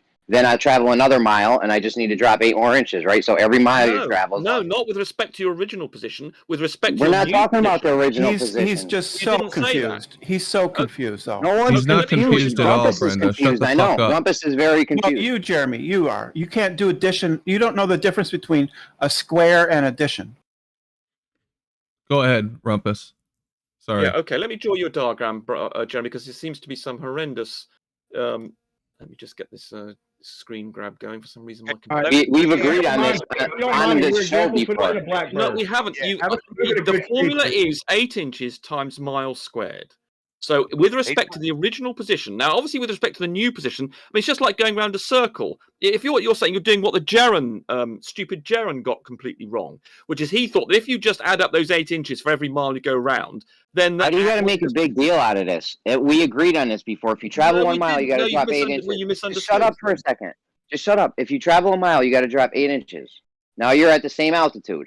Then you travel another mile. You got to drop 8 inches. You're still at the same altitude. Another mile, another 8 inches. Same altitude, with respect right? to the previous one, We're not talking about respect to the. Why'd you even bring that up? Each one. Okay, if you're going to move the position you're talking about, normally we talk about drop and we say, right, if we're at some original position, then we say a mile, and then we say 2 miles. We're talking about with respect to the original. If you're saying we're going to move. Oh my God! No one said respect to the original position, but you. Okay, I stated clearly what I meant about it. We all talk about it in those terms. So if you've changed how the standard way of referring to it, we need to establish that's what you're doing. He tried to clarify it a couple times. Yeah. And we agreed on it before. I mean, was about airplanes flying through the air. You should have probably picked up on the fact that you're moving forward. Yeah, every mile you're going to be at a new position, and you're going to need to drop another 8 inches for the next mile. Establish whether or not you're talking about, because you've got a new tangent. Do you understand that when you've advanced by a mile, you've got a new horizontal? Clear but you at this Hold on, point. Jeremy. Do you understand that when you've advanced by a mile, you've changed the horizontal, you've changed the angle of the horizontal? Do you understand that? So you agree that we would need to drop to keep our same altitude, though, right? Because I mean, a lot of the Globers over the weekend and shit were saying, no, there's no drop. You don't need to drop. There is no drop. No, you don't need to drop. Well, you maintain. Same elevation, there you go. Don't do anything. There's bio. Same elevation, right? You maintain it. But that's why drop is respect to an original tangent. So, unfortunately, my computers. Oh, here we go. Right, let me just try. Respect to a straight. You can either go straight or up or down, right? Hold on. Can we agree that if you're traveling, hold on a second. Can we agree that if you're traveling in a plane, you can either go in a straight line, or you could go up, or you could go down, right? Yes, is there a fourth option? Yeah, you can go left and right. You can roll. Okay, we're not talking about left and right. We're not talking about left and right. So if we're going to limit how many there are, then just say how many you're talking about. Shut up, dude. Right, Jeremy. So here we go. Let's get this absolutely. If I'm showing my screen, hopefully you can see it. We're traveling over Earth. Left and right is irrelevant. We can either go straight up or down, right? Can I get an answer on this? Can I please get an answer on this? I'm trying to give you, Jeremy. No, it's yes or no. It's straight up or down, right? Is there any other direction you could go? Well, left or right is irrelevant. Right, then yes, you can go up or down or straight along horizontal. Yes. All right. Now, if we want to keep our altitude or our same elevation or whatever they call it, we're going to need to do what? Go down, right? We can't go straight. We'd be in outer space. This is where the confusion comes in. When you talk about going down, no one's confused. You are confused, and I'm about to explain why. Because when you talk about down, what you're talking about is down with respect to the horizontal. When everybody else talks about down, we're talking about in elevation. So you've got to make absolutely sure when you use the word down that you're referring to the horizontal or you're referring to elevation. You just spoke for everybody. You said everybody else is speaking to. I understood exactly what Jeremy was saying. Why didn't you? No, but he didn't understand. He's conflating two terms for down. Is he referring to the down with respect to the horizontal, or is he, when he says down, is he referring to elevation? Because if you're talking about going along, just wasn't you specific. Are going what you can call down with respect to the horizontal. If you look up in the distance, okay, and you see a horizon, okay, and it's 100 miles away, then you got to drop down a fucking mile from what you're seeing with your eyes to maintain that elevation. Right, that's down with respect. So if you look at my screen, so here we are starting off, and if I follow this curve over to here, I'm exactly the same elevation. So if someone's talking about using the word down, meaning elevation, there's no change. We haven't gone down. But we understand how you make it work. If you are referring to respect to the horizontal, then you can sort of say this is what we call drop. So it's better to use the word drop. It's better to use the word drop than down. Okay. What you're saying is it's exactly the same as if we're going over a flat Earth, right? Basically. No, there's no similarity at all. Okay, now that we've established that, just tilt down and everything works itself out, right? No. If you're talking it's almost like the documents say that everything is figured on a flat, non-rotating Earth. You mule. It's not figured on one. The way that the plane interacts with the surface of the Earth doesn't care what it is, as long as it maintains a bearing. It maintains. Hold on, Brian. Hold on, Brian. I know that you're unhinged right now, but you need to relax. You just led with me misquoting classified documents. Brian. Yes. Brian, Jeremy, I don't think Jeremy and Rumpus. So they just claim they're doing the calculations over a flat, non-rotating Earth. Because the shape of the Earth and the surface of the Earth under it, it doesn't matter whether it's flat or sphere. You know better than the Air Force claims. You know better than the Army's claims. You know better than the. No, I don't know better. I was trained. I was trained under the Air Force to work on planes. You are a lying so maybe you shut the fuck up for 2 seconds. Or quit lying. Brian. So again, as long as it's maintaining bearing and maintaining altitude, the shape of the Earth and the surface underneath, it doesn't care. So it's like flying over a flat, non-rotating Earth, right? It could be. It doesn't care. It doesn't make a distinction between the two. It just doesn't care, Brian.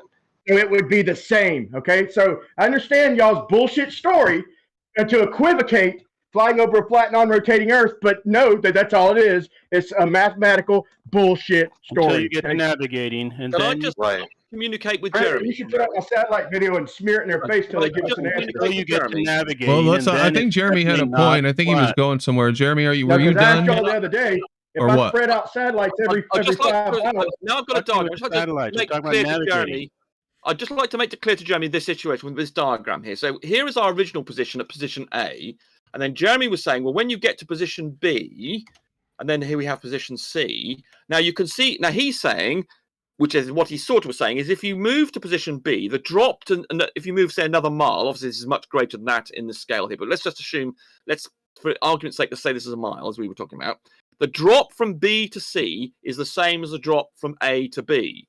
But the drop from A to C is this distance, which is obviously much more than just the sum of those two drops. So I've given the drop, so this drop here is the drop from A to C. These two drops, this is the drop from A to B, and this is the drop from B to C. And this is the thing that Jeranism didn't understand. Now, this is what I was trying to make sure that Jeremy understood what he was asking. Now, we understand your equivocation, bro. Right, he understood. Jeremy was saying, I moved Hold to on. point B, and then I move along another mile, then indeed the drop is another 8 inches. But the total drop from where you started is much bigger than that, and it's 8 inches. Yeah, but what he's referring to is looking out at the horizon, like 100 miles off in the distance. He's just asking about no, let Jeremy. Okay, Jeremy. Okay, you guys are on the same page now, right? You're talking about the same thing. 700-mile span of satellites going straight as an arrow. That's another issue, Brian. Let Jeremy make his point. Jeremy, are you satisfied that you guys are talking about the same thing? Are you there? He's on mute. Okay. All right.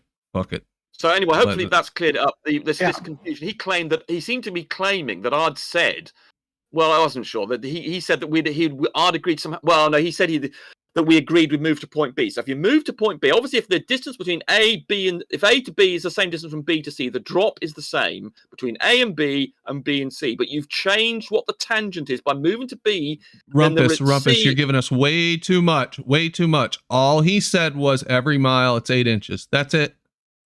But it's not. With with respect to the first point, Rumpus, I don't want you to explain it again. We get it. Good. Okay. If you've got it, then fine. I mean, but then again, you seem to catch it a bit more quickly than people like Brian and others. Dude, we understand what you're saying, man. But like I said, you're just equivocating it to a flat Earth, and why we wouldn't notice it. Well, that's a new. I don't know what you're saying is equivocating. I'm answering Jeremy's point. You're making some new argument. Rumpus, does the Earth rotate under aircrafts? No, he doesn't understand this analogy. It is a tricky question to answer that, actually, whether you regard it as rotation underneath something. I must admit, I've sort of dithered about this, whether you can... Well... Because you can argue... Listen, are you serious? This is ridiculous. The fact that you're hemming and hawing about this ought to just... What the fuck? You don't understand the analogy. Once again, you do not understand the analogy. You use the analogy.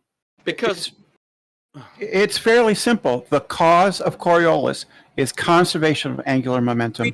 It is not cause rotation of the Earth of Coriolis. No, we're not asking you about. There was a very specific question asked, which was data to Rumpus. Is the Earth moving underneath the plane? Is that what it was? Say it again, Data. Because they forgot, because there was 4 of them that wanted to tell us how stupid we were. Does the Earth rotate under the airplane? If by rotate under, you mean because the velocity, the speed with which the airplane... Objection, Your Honor! Objection! You're not interested in the answer, okay? Failure to answer the question. No, you're not interested in the answer, okay? You're not interested. So he's not interested in the answer, okay? We'll forget it then. Forget the question. Sorry, if you're not interested in the answer, well, I won't bother. If you're not interested in me answering, then it's just an incomplete question. It's an incomplete question. It's a much more complicated question. There's more to it. It's not easy. Shut up. It is quite complicated. It is more complicated. Here's Here's an easy analogy. There's an easy analogy associated with it. No analogy. I know. There's no analogy if you keep interrupting. So the analogy would be if you're on a merry-go-round from the outside of the merry-go-round in respect to you. Yes, of course it's rotating. Okay, really? If you're wait. So the I mean, Earth, at some point, man. Honestly. So the Earth. Wait. So we're just allowing him to interrupt while I'm trying to make Travis, an come on, man. That's where it's allowed. Right, it's fine. It's Travis. fine. So it is an easy analogy because the question is incomplete. So with respect to this merry-go-round, if you're on the merry-go-round, with respect to you, is it rotating under you? Not necessarily, because you're on it. No, you're not. You're on it, and you're not experiencing that rotation. It's absolutely There's not no rotating difference. underneath you if you're standing on the thing. Now, if you're above it and you're not connected to it at all, you can see that it is rotating in respect to you. That's not rotating with it. So the answer is yes and no. The question is incomplete. Well, the other issue is there's another issue because you can just to clarify, Biodual, what is the no then? What is the no then? Please provide me where the no comes from. If you didn't hear anything that I just said, then it's easy to ask me what is the no. I would love for you to reiterate. You said it's a yes. It's a yes or no answer. Just please please tell me what the no is. With respect to me in this airplane that's within the atmosphere, no, they wouldn't be rotating under me. With respect of what is it? Pure motion or not relative motion, but the other one, the absolute motion. Yes, it is rotating within space. It is moving. It is deviating in reference to other things. This is absolutely ridiculous. We're gonna kick these people off. What's ridiculous is you don't understand. Howard, fuck off. I understand exactly what was just said right now. No, you don't. Okay? Repeat it Yes, back. I do. Repeat it back. Repeat it back then. He did not answer the question. Okay, so you can't repeat it. What he just said. So he just said that it was a difference between absolute motion and his personal experience. That's literally what he said.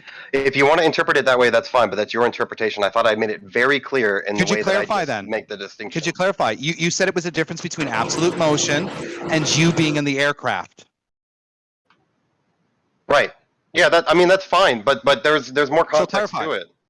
Oh, there is. It's just within, like I gave with the merry-go-round. If you're on the merry-go-round and you ask that specific question, no, it's not rotating. You're begging the question because you're on the merry-go-round. How did you prove the merry-go-round was spinning again? Oh wait, it's an ad hoc explanation. You invented the rotation. No, I got you. I got you, Flathead. Yeah. I have an answer to that. You invented the rotation because that's a very specific one, and it's you invented the rotation. So I'll let you know. So what you do? What's the cause? Hold on. You asked me a question In the merry-go-round. You asked me a question. In the merry-go-round, what is the cause of the deflection? You and Travis now. Here we go. In the merry-go-round, what is the cause of the deflection? So I'm going to answer the question. If you close off the merry-go-round, I know that it's rotating because I can put a gyroscope and I can measure this rotation. That's what I can do. Whether or not I'm experiencing this rotation is completely separate from the merry-go-round. Why can't we put a gyroscope on an airplane then? And show the fucking curvature. You obviously fucking can, Brian. Many planes, almost all planes, especially commercial and military, have they don't count for any of it. They don't count for Coriolis at all, dude. When they fly, none of it. And we subject change, perfect. No, they don't count for it. So you're going to tell me. Just for the record, Rumpus, when asked, does the Earth rotate under the aircraft? Rumpus replied, that's a tricky question. You replied it's a yes. You replied it's a yes and no answer. Again, what is the no? The no was replied to saying, well, it's the difference between absolute motion and my personal experience on the aircraft. No, the no is that you're moving with it. It's your specific question. I understand what your question is meant to say, but the way that you present it is incomplete. Is it rotating underneath me? I'm sorry, it's incomplete. Hold on. It is rotating in general, but with me on it, no, it's not rotating under me because there's no deviation. You're not attached. There's no physical interaction between you and the Earth. Listen. There's no physical interaction between. Okay, hold on. Let me jump in real quick because what he's doing right now is he's equivocating, standing on top of a merry-go. Listen very carefully. Let me finish, please. He's equivocating, standing on top of a merry-go-round, therefore being in that reference frame. He's saying that when you're in the air in an airplane, that's like being on the merry-go-round because you're stuck. He's not saying that. He's not saying in a rotating system. Stop. You misunderstood him. What? Okay, no, let's like I said, for Biodual. He's Correct. totally misunderstands Did I misunderstand this you? analogy. He's just simple analogy they use for kids, and he wants to take it to some sort of really hotty technical level. Okay, with your ad homs paid. Now, if I'm wait, stop, please stop. Please Hold stop. on. Biodual. Travis, you asked a question. Who were you asking your question to, Travis? Biodual, did I misunderstand you? Did I misrepresent your analogy? My own analogy interpretation, I think you were fairly accurate to a certain extent. You can put yourself inside. You can put yourself inside the plane just as well as you can put yourself on a merry-go-round and yeah, but he said that Bio, he said that you equated the airplane as being stuck to the merry-go-round. You didn't do that. No, he said the gyroscope it's shows like, Earth curvature. Now, so if it's like the merry-go-round rotating as the Earth my nose rotating. down- You being on the merry-go-round is essentially you're still within that rotating system. So Biodual, in the you airplane made a that's claim, in the dude. atmosphere. What? Biodual, you made a claim. You said Wait, stop, Ryan, please stop. Rumpus, you were wrong.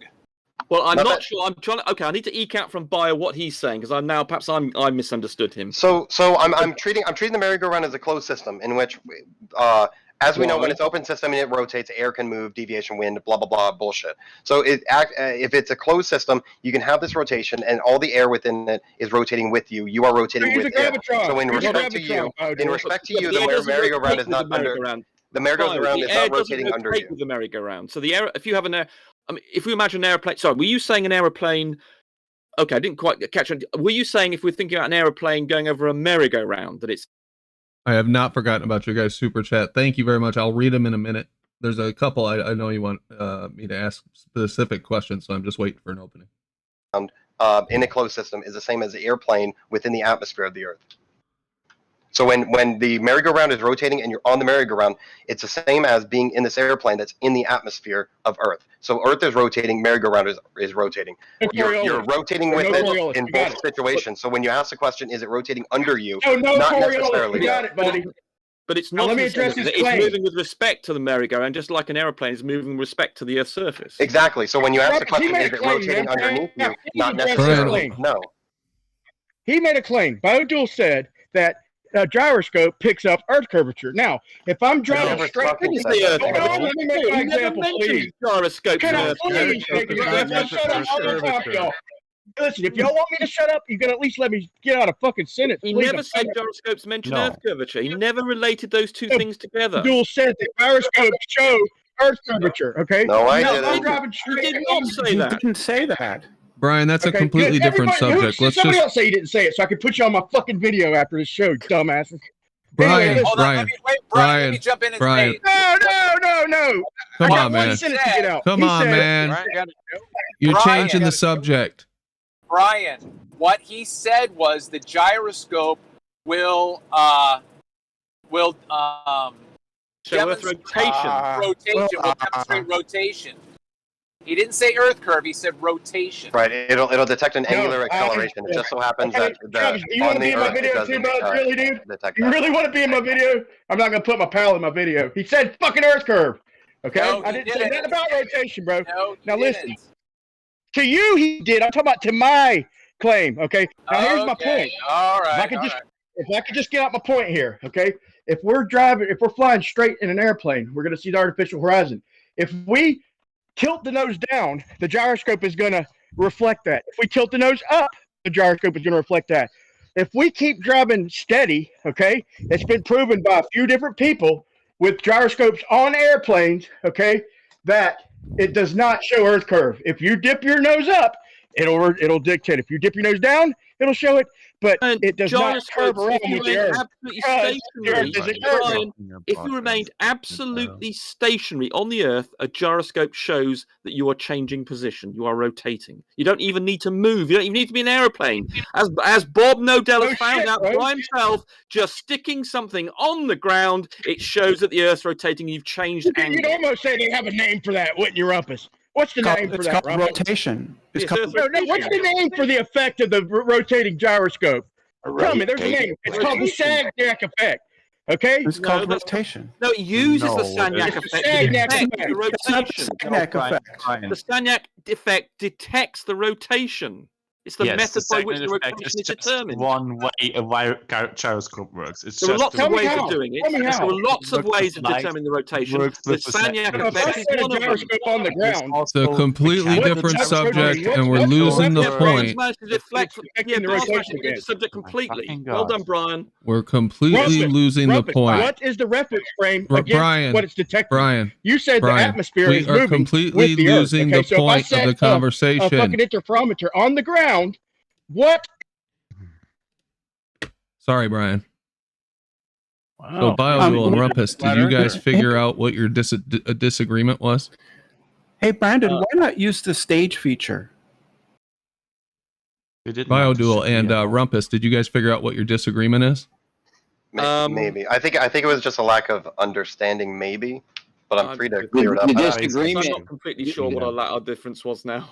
The disagreement that I'll tell you, the disagreement that they're having is Biodual and a bunch of other Globers spent all weekend telling me that you don't have to drop to keep your same altitude over the spherical Earth. Correct. You've seen elevation with altitude again. Almost done. I told you he's going to. Jeremy, do you remember wow, guys. Wow, you guys were really triggered there. Drop? Can't even let him finish, huh? Yeah, hold on. Because he's wrong again. Because he how about you let him finish? How am I wrong? Do you remember me highlighting the problem about misunderstanding the word drop? Jeremy, they were thinking you meant drop by changing elevation. You were talking about drop as in a difference between the horizontal, and there the problem lies. I specified drop from a straight line, just like I did earlier, where you were highly confused. However, Brandon and everyone else knew exactly what I was talking about. Right, if you made that clear, but you were taking your word for it. But if you did make that clear, it's clear that the Globers misunderstood you. Why do you think he's they clearly, well, for whatever reason, misunderstood you to be thinking about change in elevation. I went through the whole thing about. They all know about drop, so they would not have said there wouldn't be a difference in drop. They wouldn't say that if they understood. You didn't even let him get the original fucking question out. Now you're filibustering. Go ahead. I went through the same thing I did with it. I went through the same thing I did with you about where there's this. The plane can either go straight or go up or go down. Well, I've shown in my diagram that if you talk about diagram. Drop, the diagram I'm showing on screen, moron, the one that I drew for you earlier to explain the point about what drop is, to make sure you didn't confuse it with a change in elevation. The diagram I'm sharing. It does not go down, Jeremy. That's your problem. I bet what you said, though you may not have meant it, you used the word drop to imply change in elevation, and they would have, and they all Globers know the difference. Absolutely not. I was very specific, just like Brandon and everyone else understood me except for you goofballs. Jeremy, I understood you perfectly because I restated it. Remember when I said the better question? All these idiots said there's no drop. I know, but Jeremy, remember when I said what you're talking about is the difference between the original tangential line and then your current position after 500 miles, and then that measurement between that line and where you are, that drop. Remember when I restated that? I know exactly what you're asking, Jeremy. Yeah, I remember when you said my question. I remember when you said my question wasn't valid at all. However, Rumpus said it was a completely valid question. Nobody you guys are fucking double speaking bitches. That's what it is. On screen, Nobody gives a shit about the drop. You guys are goofball fucks. I don't even know why you're here. What are you here to do? Nobody gives a shit about that drop, Jeremy. Double speak your ass off. Right, Jeremy. Let me explain why it's a bad question. Because what the implication is that they're accounting for a drop over this. No. Okay, then whoever's listening. Jeremy. Then whoever's listening. Explain to Rumpus why it's a bad question, because he said it was. Am I doing that right now? Am I trying to do that right now, Jeremy? Beautiful. So the reason why it's a bad question is because the implication is that it's accounting for this drop over this 500 miles, when all it's doing is just maintaining a particular elevation. So whether it drops, whether it's on a flat Earth, whether you're making some type of concave, convex, whatever bullshit, so long as you're maintaining altitude, it doesn't give a fuck about what you're calling drop from tangential. You would be dropping. To ask that question. I think he's still allowed to ask that question. What is the drop? If we understand it to mean from the horizontal, it's still a valid question to say, is there drop? And indeed there is. But nobody cares. Well, Jeremy does, and he's allowed to ask it. Yeah, but it's not it's not a drop. You stay at the same altitude. You guys always fuck. It is a drop. No, hold on. You see there. Hold on there, Chill. You've just made the same error. Like Bio did yesterday. Hold on, please. Shill, you just said there was no drop. There is drop, and you were using it in terms of elevation. That's why you've got to be really careful with your language. Are you talking about a drop in elevation, or are we talking about drop in respect to the horizontal? And so we must make sure we get these terms sorted. Respect to the nobody gives a shit about the drop except for flat earthers. Nobody gives a shit about this drop from tangential point line bullshit. Yeah, unless you're measuring the curve, it's not a useful thing. I completely agree. Yes, you have to say that, Shield, don't you? No, but it's correct. No one Nobody uses gives this fucking shit. No one uses this drop thing except for surveyors. I can tell you that there is no instrument in your cockpit that will tell you the drop from tangential, horizontal, whatever bullshit. Yeah, if you're in an airplane, drop is absolutely irrelevant. Only surveyors have to worry about it. And Jeremy used the word down, and you do not go down. Your altimeter stays constant. Well, he said he used the You word have drop. to go down from straight because you can either go straight. No, you've done it now. You've just done exactly what I said you said straight to line. do, Jeremy. You have a straight line. Used the word down. Even in your paradigm, the plane is. elevation. Hold on a second. Exactly Even in what I your said guys. to do. You guys are triggered over this. You've Even in just your done guys' exactly what I paradigm. said you would do. You used the word down in terms of when you meant to use the word Take me to drop. a room with one of these goofball fucks. Calm down. You keep on misusing the word down, Jeremy. And when Take we me into talk a room with down, one of these we idiots. mean in Anyone, pick terms one of of them. elevation. Stop using All right. the word down when you mean drop. Who wants to none of this one-on-one with would Jeremy even be versus worth this? arguing about if there was good faith in the discussion like this. Who wants to one-on-one with Jeremy about this? I'm happy to. And I Okay. wish Jeremy would just I'm going to drag you over to the debate room. down. Use the stage feature. No. Bring Rumpus under there because at least he understands to some extent. Where's Rumpus? Okay, we'll be back. Hold on. My AirPods are fucked up. I'm serious. I think the stage feature would clear up a lot of this over-talking stuff. I'll look into it later. Oh, okay, cool. Hold on. My Really what AirPods it's are used fucked for. up. It's not used for open panels. It's used for when you have like 2 or 3 people presenting something and then you have a whole audience listening. So it wouldn't really work for this. Yeah, that would be better than everybody interrupting. We could probably figure it out off air, right? I don't know. I can interrupt and say something. You first need to Hey, give the whole thing a structure and decide. If you on guys want a one-on-one, go over to the beef room. You should both have access right below. There's a beef room down below. Was Down everyone there. going to be able to hear us or? No. No. What about just doing it here and we can? I want to just. If anyone I want talks, beef. shoot them, or just no one talk basically. Just let them. All right, tell you what, that's a good idea. Gio, why don't you help me? Gio, Okay, yeah, help me. yeah. Who else is a mod in here? Whoever else is a mod. We're just gonna let Jeremy and Rumpus have this one-on-one. Anybody else talks and they get instantly muted, and then we'll unmute you when the one-on-one is done. Maybe. So don't do it on purpose just because you know you're gonna get fucking muted and then unmuted. But let me read these real quick before we start this. James Richard, $10. One man in the airplane, 500 miles per hour. One man outside on the wing, not contained. Are these two men in the same reference frame? Why do Globers always use the one who's contained? That's interesting. In respect to the rotating, yes. Yeah, okay. You're talking about in respect to the Earth. Gotcha. It's one of those Godzilla things that is 37, because- $5. Yep, Richard, that's all they have, and that was in response to Rumpus and Brenda. These profane and vain babblings to explain things don't happen. Is that all you have?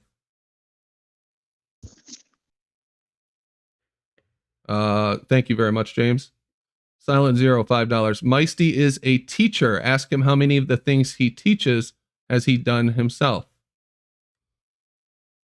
RC, if you want to respond to Silent Zero, you can. No? Okay, you guys ready for the one-on-one? Thanks, guys, for the super chats. Ready for the one-on-one? Yeah, I mean, it's not a debate. I want Rumpus to admit that if you have an airplane, you're in an airplane. You can project a straight line out. You can make the straight line go anywhere. Wouldn't even have to be horizontal. If you want to keep your altitude, you're going to have to drop from the horizontal, because that's what dropped me. Any straight line, any straight. If you want to keep your altitude, you're going to have to draw a straight line. I don't care which way you draw. Can you refer to the diagram I have on screen, please? Hold on. Why are you so reluctant to look at it? I'm going to look at it right now. I don't see it. Right. It's not on screen anymore since you switched channels and Oh, sorry. Right. Oh, God. Hey man, I would take honor in that. He doesn't. He's never looked at one of my diagrams. So. Right. All right. Hold on, you guys. We're starting a one-on-one with Jeremy and Rumpus. So if no one else could speak, that'd be great. If you do, you'll be muted real quick because they're going to do a 1v1. Right. So I mean, it sounds as though it's going to be quite quick. All right. So here we I've got this as a star, but obviously that could be an airplane.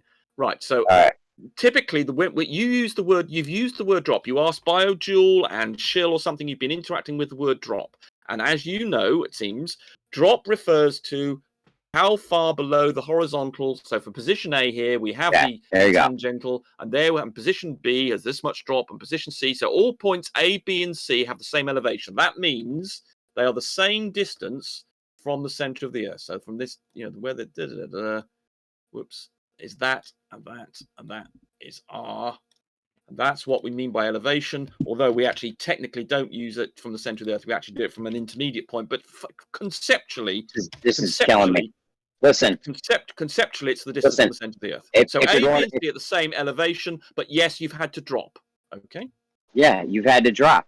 Yes. From the horizontal, you can go if you were, you could either go straight horizontal or up or down. Right? Those are the three ways you could go. Yeah, you I can go. I explained this to them all, and they were You You can go. Yeah, you can go up here.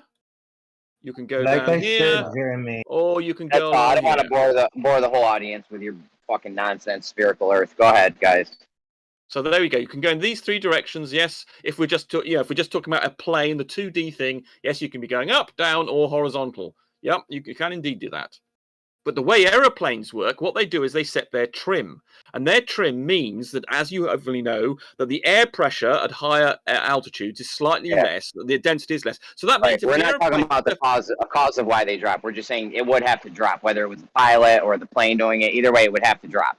These guys were determined that it wouldn't have to drop. There's no drop. Well, that's because they understood they didn't know that you were using the word maybe drop. You can have a private conversation and about you have used the word down. You keep on using the word down when you mean drop, and that's going to get them excited because they know that there's no elevation change. So you've got to make that absolutely crystal clear to the people talking about. When you say drop, down from the straight line, you can either go down straight or up.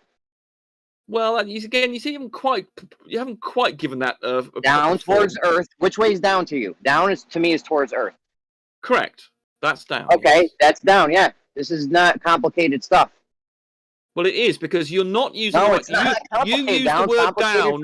You used the word down. You said about 5 minutes ago. You used the word down when in fact you meant the word drop. Now, if you keep on doing that, then you're going to confuse people as to what you're talking about. If you're strict and say, from now on going to be using the word drop, not in terms of change of elevation, but with respect to the tangent from where I started, then everybody will understand it. And people like Shill and BioDuel will know exactly what you mean, and they won't disagree. Everyone knew exactly what I meant. It's a very simple thing. No, they didn't, because they all know this. BioDuel and Shill absolutely understand this 100%. So, BioDuel, now that you've heard this and heard Jeremy's clarification and seen Rumpus's diagram, would you agree, given his definition of down, that as the airplane moves from A to B to C, it has to go down? It doesn't go down. It doesn't go down because down's a change in elevation. It's drops that you have to do. Rumpus, shut the fuck up. I went on about this for Jeez, I went around. Shut the fuck up. Mistake. I was using his terminology that we just all said we understood. No, you didn't do that at all. I made a point of saying that down was a change in elevation, and then you went ahead and didn't you? You misused it. Absolutely ridiculous. It's a misuse, but again, the intention is there. That's why from the very beginning, that's why I restated it as you draw this tangential line and you have a new point, but you're referencing that tangential line of where you began. Yes, there is a deviation from that line to your new point. Yes, just like the step ladder you provided yesterday or the day before. Yes, it's the same thing, but that's not what is occurring where you're making these two lines to form this triangle. You're making this constant change the entire time, so it's going to be more akin to a curve rather than these two straight lines forming this triangle. But yes, I understand what Jeremy's asking. There is a deviation when your reference is the original point and you form this tangential line. Yes.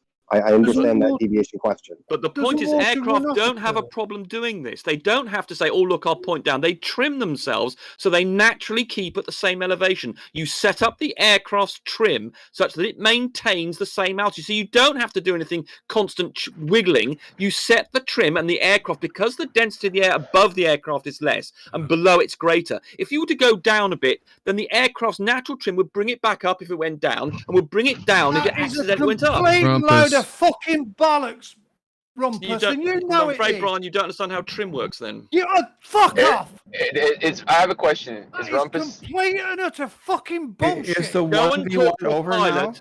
Go and talk to a professional pilot, and they'll tell you exactly that's how trim works. Idiot. If you think the one-on-one is over, yeah. Rumpus and maintain a height just within feet in the air density, you are fucking crazy. Then you don't understand how sensitive it is. You are airplanes have done crazy. that for a long time. Chris Berry. Is Rumpus saying? Yeah, is Rumpus saying? Fucking lunacy. No, that's how it All works. right, Brian. Is Rumpus saying that pilots use trim to cover for Earth curvature? Yes, yeah. You set up the trim to maintain your elevation. Listen carefully. You set up your trim such that your aircraft will naturally keep the same altitude and elevation. And therefore, as you maintain the same elevation and altitude, you will follow the curve of the Earth. Yep. Don't talk like a cunt. Brian, you're not doing yourself any favours here. Go and talk to a pilot if you can, or go and look up some. Rumpus, that's not evidence. That's what pilots do. Professional. R.S. Meisty here. I bet you that's what he does. We've also got Wolfie who did a demo of this. He's just released a video. Wolfie has just released a video about this very thing, and I've been aware for many years. And I've flown in a small aircraft, and you set up the trim to maintain your elevation. But it's based on air pressure. Yes, and that changes as you go up and down. And so the aircraft will get less lift if you set the trim to bring it back down. But it has nothing to do with Earth curve. If you go down, it will go up. That's how the trim works. But it has nothing to do with Earth curve. Yes, it does. Yes, it does, because it maintains your elevation. And if you maintain your elevation, you follow the curve. If you maintain the same elevation, if you maintain the same elevation, you will follow the curve of the Earth. If you have a flat Earth and you have a density gradient, you would follow the horizontal density gradient too. Yeah, yes. So it does exactly. So in other words, it doesn't make any difference. So you can't use the argument that it eliminates the spherical Earth. The fact you have to point it doesn't. Yeah, that's the point. The point is not that it proves. You were cleverer than that. What about rotary wings? How do they work? The point is not that it proves the globe. The point is that it works the same way whether it was a flat Earth or a globe. Of course, it's unfalsifiable, just like everything else. To disprove the globe. But in reality, it's not on a globe, if you were to fly forward, you're going to be compelled downwards. You're going to keep upward by using your lift. You're going to keep level. If you keep level, you're going to keep the same distance above the ground on Earth, and you're going to move. There's a lot of assumptions. So. Yeah, there's a lot of assumptions in that theory. Yeah, the point is this doesn't disprove a flat Earth. It's not meant. It's not meant to. There's a bunch of assumptions in that theory. The point is it's not meant to disprove a globe. It's claiming is that it works the same way on both the globe or a flat Earth. How does a rotary wing work? We'll deal with that. Hold on, Brian. Let me just deal with this. How does a rotary wing we'll deal with that in a moment, Brian. Brian. Hold on. I just want to emphasise the point being made there. We do not use this as an argument, the fact that aeroplanes maintain elevation by setting the trim, as proof of the global Earth, because it works in exactly the same way as a flat Earth would. It doesn't distinguish between them. Well, what is done, flat Earthers try and use the fact that you don't have to point down as proof of a flat Earth. And we're saying, no, it works in exactly the same way. It works exactly the same way on a globe Earth and on a flat Earth. Go ahead.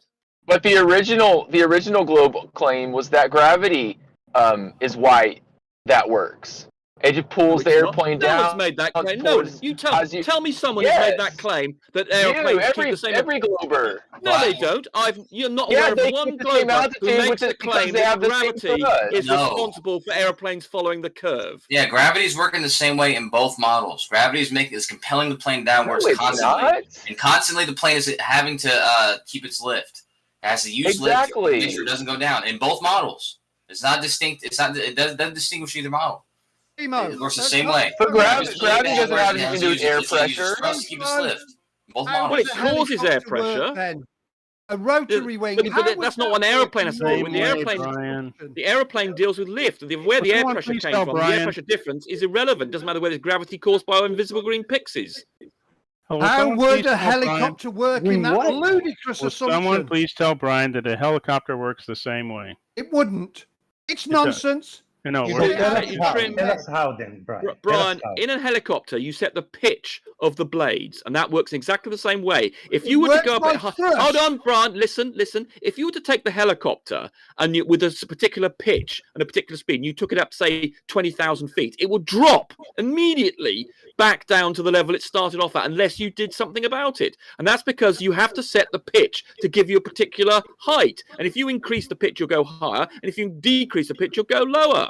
Well, so you have to do exactly the same thing. How does it maintain a level flight like a plane?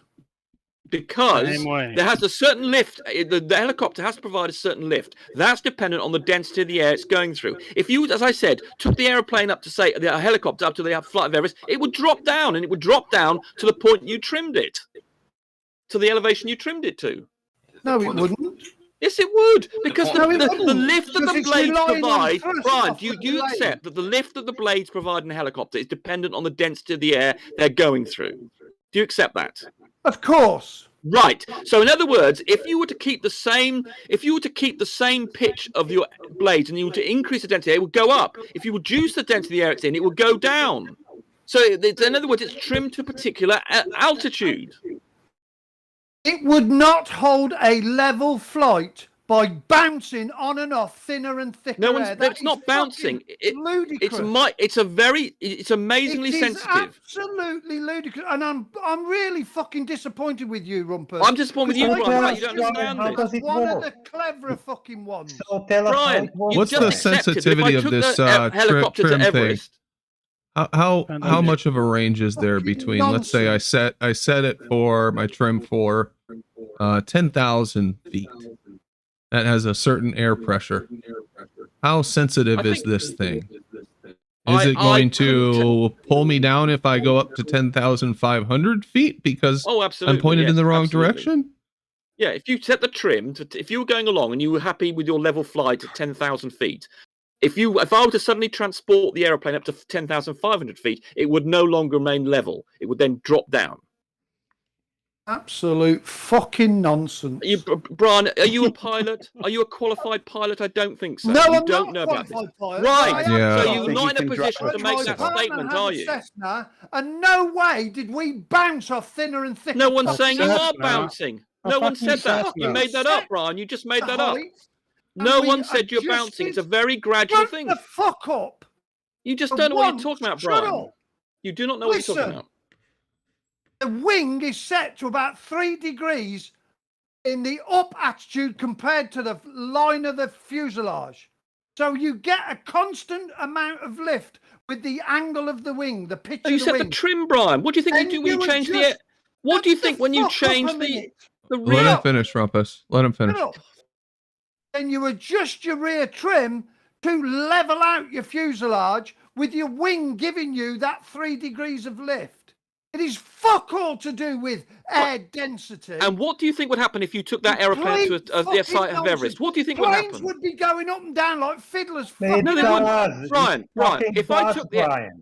Brian, that makes a lot of sense what you just said. It does. It makes a lot of sense to me, and I would like to know how you can substantiate... I would like to know how you can substantiate the people who are saying that this is something that happens automatically based on air pressure. How can you substantiate? Are you guys gonna let me fucking get the question out or what? Go ahead. Oh, you fucking what the fuck? What was that? That was awesome. I didn't. Nothing. I went all quiet as far as I'm concerned. Did you guys hear that? Did you hear that girl's voice reading something? Robot? No, I didn't hear any. No, I didn't hear anything. No, oh, maybe it's in my head. All right. Anyway, so how can you substantiate with evidence, tangible evidence, that it is this sensitive? That if you were at an incline, this 8 inches miles per hour, that the plane would pick that up and not just continue in the direction that you've trimmed it for? Didn't Wolfie do a video on this? Yes, Wolfie's done a video on this. It's an easy question. You guys are sitting here as proponents of this theory, and I'm asking you for what tangible evidence is there this is actually taking place. Like flying pilots do this in the real world. That doesn't prove that this process that you're describing is taking place. They do. They set the trim and it maintains their elevation. This is what happens in the real world. That doesn't mean that is causing it to follow around the curve of the Earth. We didn't say that. Ignoring its cardinal direction, its actual direction. We didn't say that. We said curving around the Earth because of how it's trimmed. Because it maintains its elevation, and to do that on a so you have no tangible evidence that this process is taking place. You are deducing we know that because the Earth is curved. Step one, Earth is a ball. Step two, planes follow the ground. Well, we know the Earth is a sphere. We can from GPS. There you go. Step one, we know the Earth's a globe. Yeah, we do. That's it. Okay. Yeah, you guys try to use this as a proof that the Earth is flat, and it doesn't work. I'm sorry. So there's a lack of evidence for this process taking place. That's the problem. It's just another thing where the Earth behaves exactly like the plane behaves exactly like it would over a flat stationary plane. Just another drop in the bucket. 5 minutes ago. Yes, that's what I said 5 minutes ago. You can't distinguish the change in behavior. That's why we bring it up. We all said that. Bring it up because it works on both models. Well, I didn't bring it up, but you don't have any evidence it works on your model. Jeremy, it started off with Jeremy asking why you have to pitch down, and I was pointing out that automatically by setting the trim, that the aeroplane will follow the curve of the Earth and maintain its elevation. I understand. You're missing what I'm saying. So this is obvious on a flat plane. And then I said it would be exactly the same on a flat Earth. Here's the difference. Because the direction and the level at which you need to maintain to be in the same air pressure are the same. If I go straight at 10,000 feet, I am always going to be in that 10,000 foot air pressure band. No, you're not. Because it's not turning. It's not falling away from me. Like, shut the fuck up. It's not falling away from me like it is on a globe. On a globe, there's a direction change. You see, if I just continued straight, I would go into higher and higher and lower density air, right? Yes. That's what you need to prove with evidence that that's actually taking place. See, the default is a flat stationary plane in this case. You're saying it deviates. I said that it maintains. I'm saying the physics will cause you to maintain the same altitude. And if you maintain the same altitude on a spherical Earth, okay, but Brendan, in either case, the problem persists. It's the same problem in either case. Whether if it was a flat Earth and you were to set a destination straight forward and you were in a plane, regardless that you set your thing there, you would need to keep the same altitude by providing lift because you would be falling the whole time. You're gonna be falling downwards the entire time. So you have to make sure you keep the same altitude regardless. You're gonna have the same problem whether it's a flat Earth or a globe. No, you're not. You're gonna need to provide lift to keep your altitude. It's the same in both cases. And of course, you need lift in both fucking things. That's not the point. I'll show you the point, though, because you're obviously not getting what I'm saying. Can you see my screen? No, you're not getting what we're saying. I understood your point. Fine. Well, we'll figure that out, right? Gyros. Check the gyros. See if you're pointing in the same direction that you think you're pointing. The lift changes according to the altitude. He's talking about the direction. The airplane needs to change direction, and it does. Yeah. Yes, the airplane needs to change direction in one case, and it doesn't in the other. Brandon, if you want to talk about Brandon, if you want to say, well, how do you prove we're changing direction? Then we can say, oh, look, gyroscope. Bob Nodell's done it. He just had a gyroscope on the ground, and we can show that changes direction because the Earth's rotating. Do you realize that the attitude indicator has a gravity indicator on it that cages? Rumpus, you do not know if that's the cause of the effect. Absolutely not. You can't test for it scientifically. It completely agrees with all other observations, and that's how airplanes work. That's how the fiber optic gyro that airplanes rely on this. They rely on this. They rely on this very effect. He has an effect. He cannot prove the cause using science. Yes, of course you That's can. right. They can't substantiate this at all. So can you see my screen? Of course we can.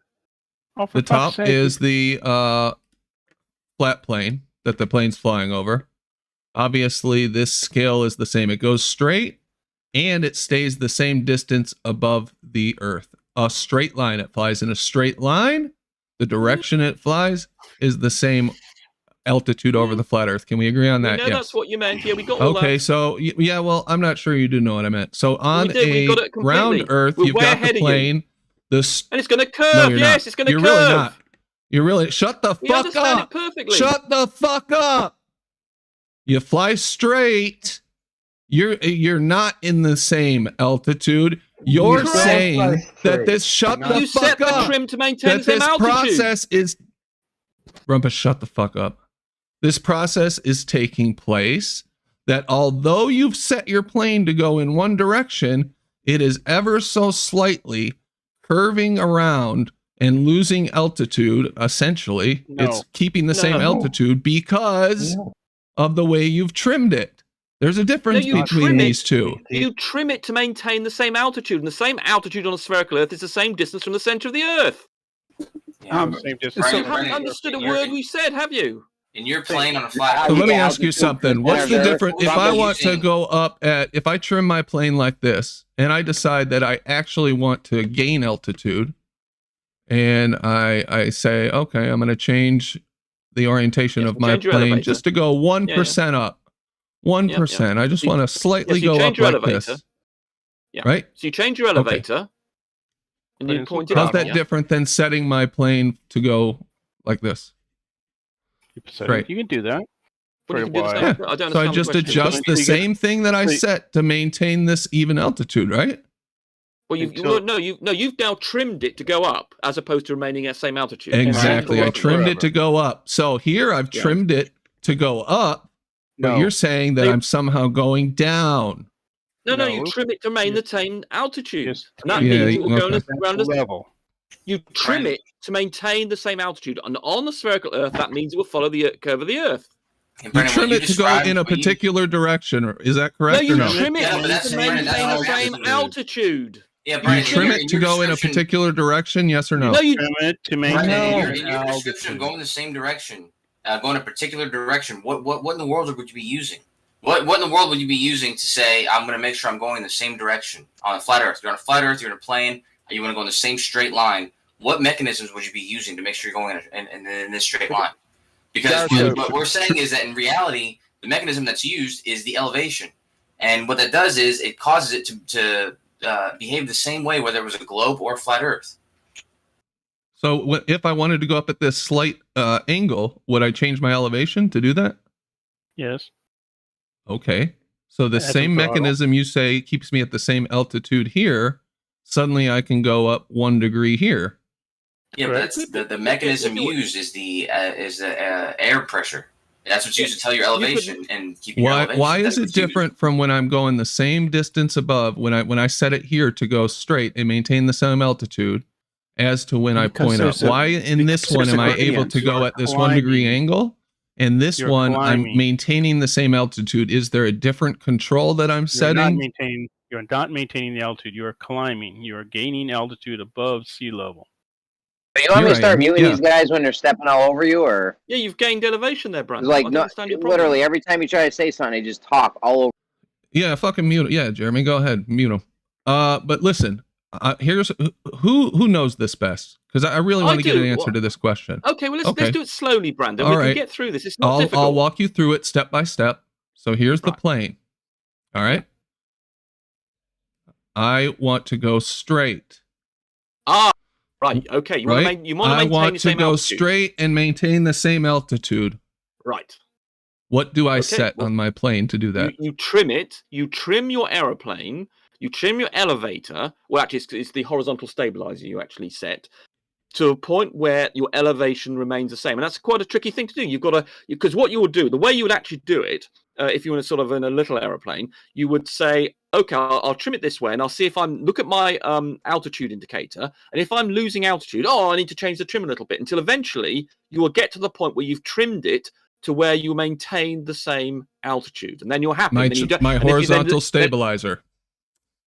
That's right. You trim the horizontal stabilizer. That's right. Okay, great. And then the elevator. You can also. All right, now let's go to this this second one. Is there anything else I do? You can also also change your thrust. You can also change your thrust. It's a combination of many True, things. you can do that. Give, yeah, you could do you that as can well. change many things. Yes, because if you're in a situation where trimming doesn't work, is then when you reset your trim and then you change your throttle and then you set your trim again. So there's a combination of things that you can do. Yes. Exactly correct. Okay. Whoever that was. All right, so I could adjust my throttle then. Yeah, let's stick with the stabilizer, because otherwise we're going to get confused. But yes, in theory, you could, if you increase your power, then you will get more lift, and then for your elevation will change, and then you'd have to change your trim.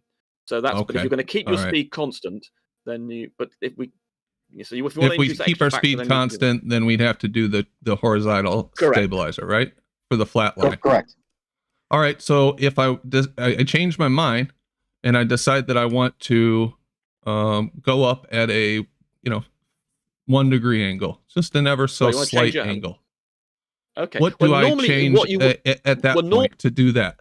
Normally, when you do that, you just pull back on your stick and then you change. Because remember, the horizontal stabilizer is the sort of front part of the elevator. So if you think of the rear tailplane on an aeroplane, it's got two bits. It's got the bit that usually retains its sort of attitude, and there's a bit at the back called the elevator, which you move up and down. That's the thing that when you pull on your stick, you change what the elevator's doing. So you use your elevator to change if you want to make a sort of want to quickly go up or something, or change your angle of attack or whatever. That's what you use. But when you then get to I now want to go maintain my elevation, then you would change the horizontal stabilizer. The point of the horizontal stabilizer is to give you a neutral position where you will maintain your elevation, and then you use your stick backwards and forwards to move with respect to that. So you don't. So I change my elevator so that I'm pointing up. Yeah. Do I have to make sure? So then you get to a new height. Do anything to my horizontal stabilizer at that point? No, but then you get to the height you're interested in. So I mean, remember, planes are always worrying about their height. So when I want to go back down, let me just walk us through this. So when I want to go back down, I'm going up here, and I want to say go back down to a level flight. So it's kind of like this, right? Well, hold on. I go up, go back down to a level. Like you just have, and then I want to go back to this level flight again. So after I get up there, maintain your elevation, right? So you want to maintain. So what do I change to get it to go back to being in this horizontal at a new elevation? At a new elevation. So what do I change? Do I change my elevator? Well, hold on. Do you want to maintain your? Hold on, Brand. Are you trying to maintain the new height, the new elevation?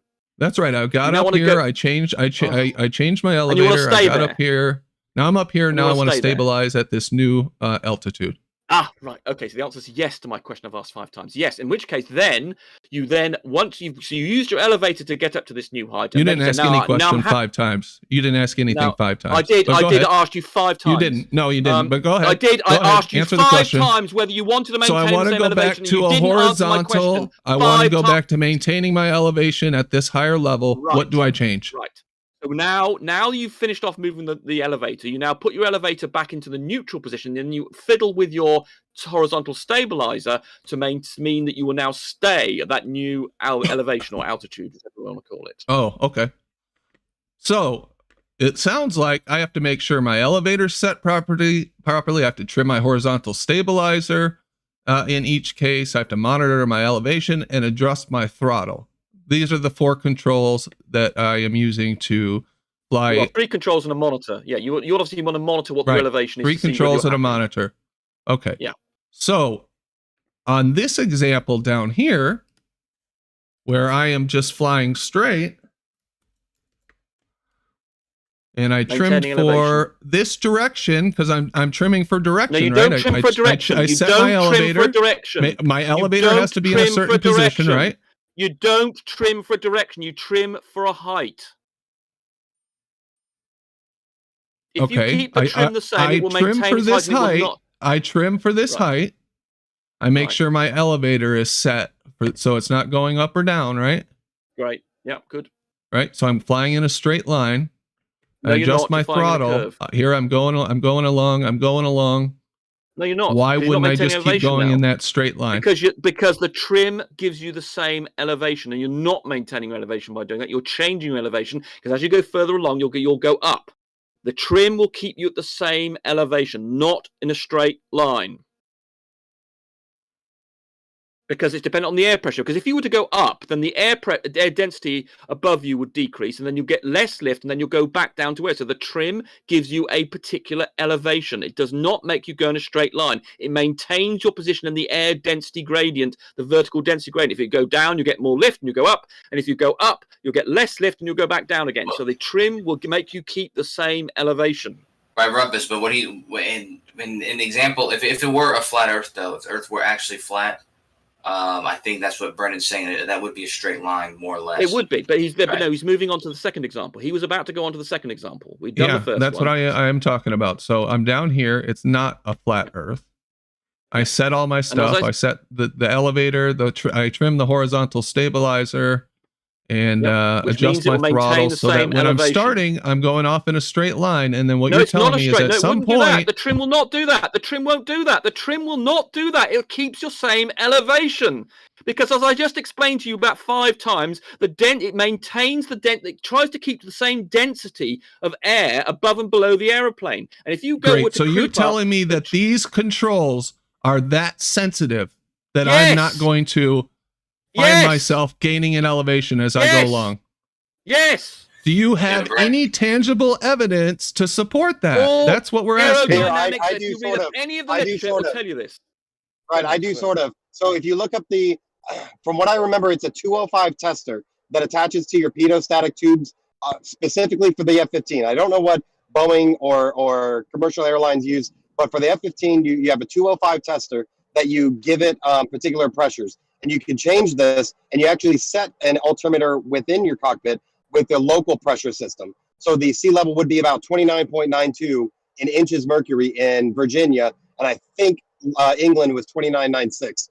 So yes, there are testing equipment to measure and ensure that these things work properly to the 100th decimal point in inches mercury. I think the most important let's talk about because now you're getting into so you're essentially saying the computer is doing all this, right? Brandon, can I ask you a question real quick?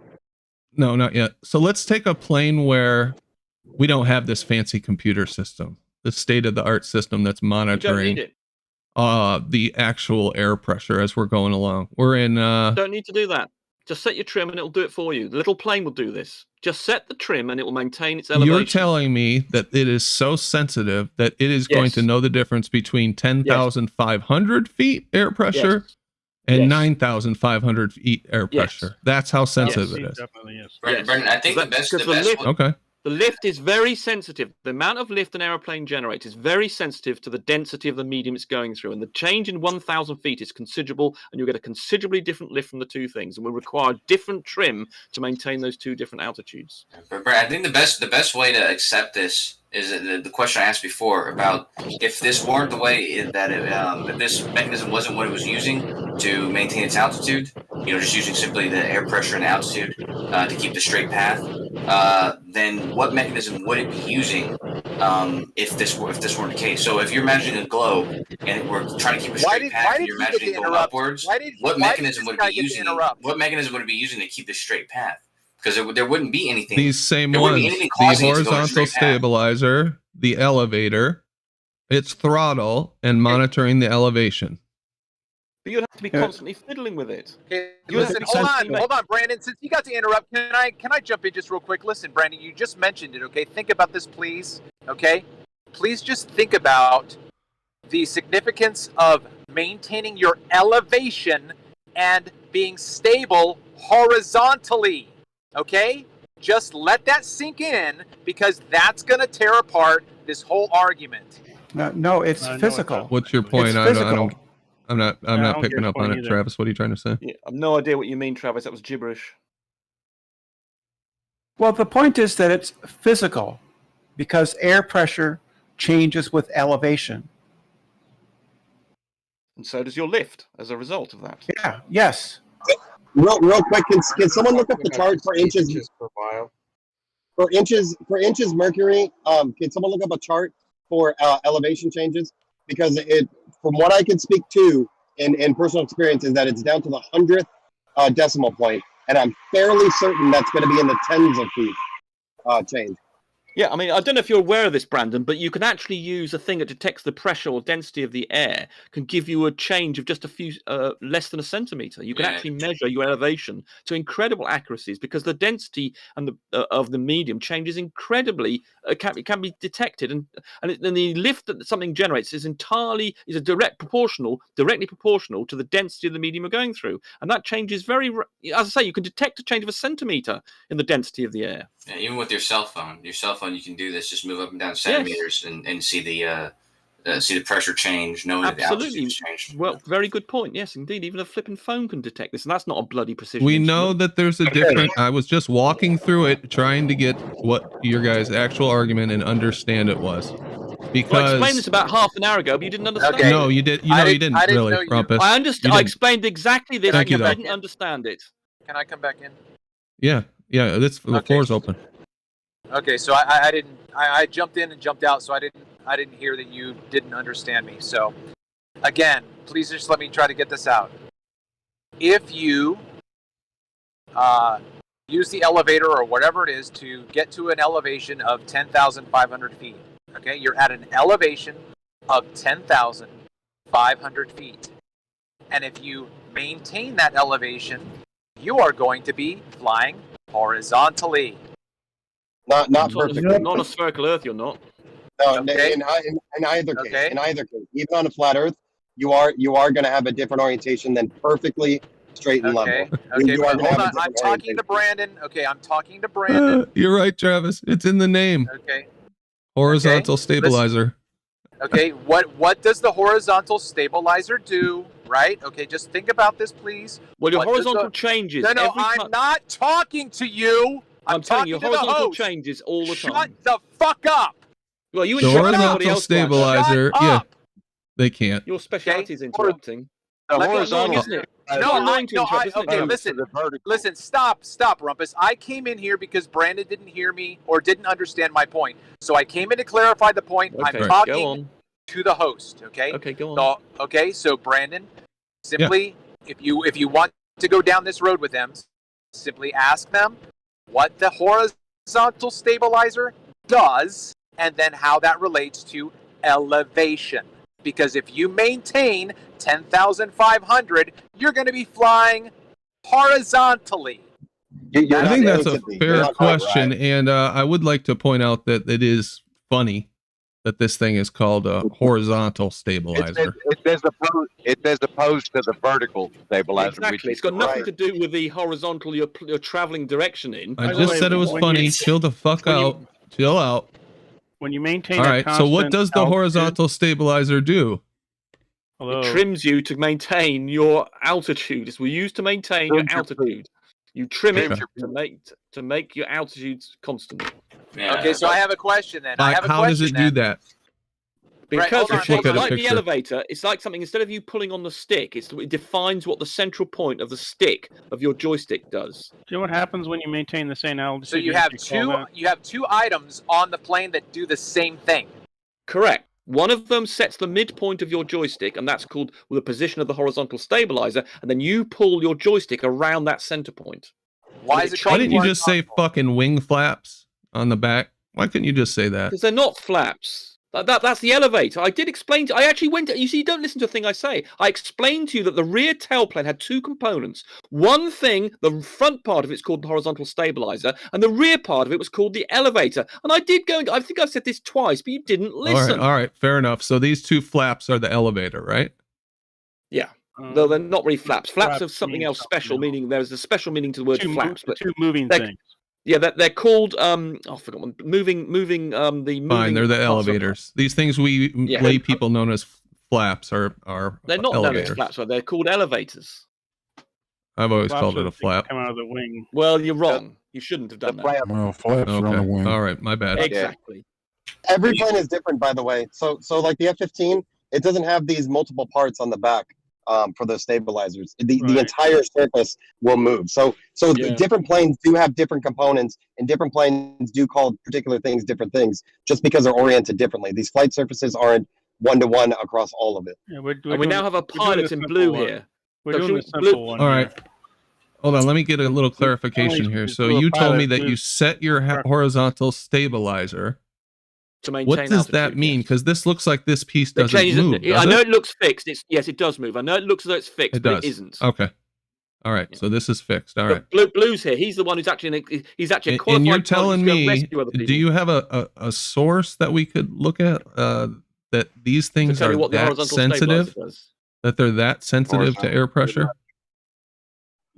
Hey, Blue. Well, this is, so it's you mean it's not the flight surfaces. The flight surfaces aren't that sensitive to the air pressure. What's detecting the air pressure is going to be your pedostatic system, and those are going to be little tubular things on the plane that's going to be intaking the air, and then given your airspeed and particular other things, it's going to calculate what the actual pressure is, and it's also going to know the elevation based on that. So the flight surfaces will react to the air pressures differently, but the thing that's detecting and giving you elevation is your pedostatic system. No, fair enough, but let's forget that there's these fancy computer systems for a minute and just kind of talk in a manual way about how this works. All right, I understand that would make many adjustments, but are you telling me that if I get a certain altitude and I have these set a certain way, that it's always going to maintain that altitude? If you set the trim to do that, yes, it will. I mean, we've got Blue here. Blue, for God's sake, speak up here. Blue is an experienced, qualified pilot who goes out and rescues people on airplanes. So if I turn these a little so that I go up and I just leave it there, eventually I should get to a level where I would just level out. Is that how it works? You'll get to a particular altitude and exactly stop. what will happen, Brandon. Is that how it works? Precisely what happens. It's precisely what it will do. How sensitive are these things, Blue? I mean, if you set them one... It doesn't know a damn thing about its altitude. It doesn't know anything about how high it is above the ground or how high it is above mean sea level. It only knows the density of the air mass. No shit, dude. That's all it knows. Don't be so rude. Blue's trying to bloody explain stuff. Can I just speak for a second? Yeah. All it knows is the density of the air mass it's flying in. If you leave it alone, take your hands off of it, it will find a point of equilibrium where lift equals weight, thrust equals drag. And as long as that air mass density doesn't change, it will stay at that altitude. I mean, literally within a few feet. Now, things will upset it. You know, wind gusts, turbulence, and stuff like that can upset it. But if you've got a nice, calm, serene day where you're not feeling a lot of bumps and stuff going on, that airplane will stay within 10 feet of the altitude it's trimmed for. Wow. All right. Well, I'm going to say one thing. I really that is when it is. Okay, go ahead. I was just going to say that at this point, and I'm not sure I ever thought this was a great argument for flat Earth, but I don't see it. So if somebody else wants to ask some questions and interrogate this some more, I do. If it is that sensitive, then I don't think it's a falsifier for a globe to say that you set this stuff and it maintains the same altitude. If it truly works like Blue is saying, that makes sense to me. It's just another place where we don't have any tangible evidence that the plane is doing anything to maintain flight over a rotating spherical Earth, but I don't think there's any falsification here based on what I see. So maybe somebody else disagrees with me, but it's just another thing where it works exactly on this supposed ball like you would expect it to work on a flat plane. Yeah, good for you, man. That's what's up, man. I totally agree with that, Brendan. The airplane has no idea what shape the ground is underneath it. It only knows the air pressure it's flying, the density of the air it's flying in. That's all it knows. Yeah. That could be a concave Earth, a convex Earth, a flat Earth, or any other damn shape you want. Doesn't make any difference.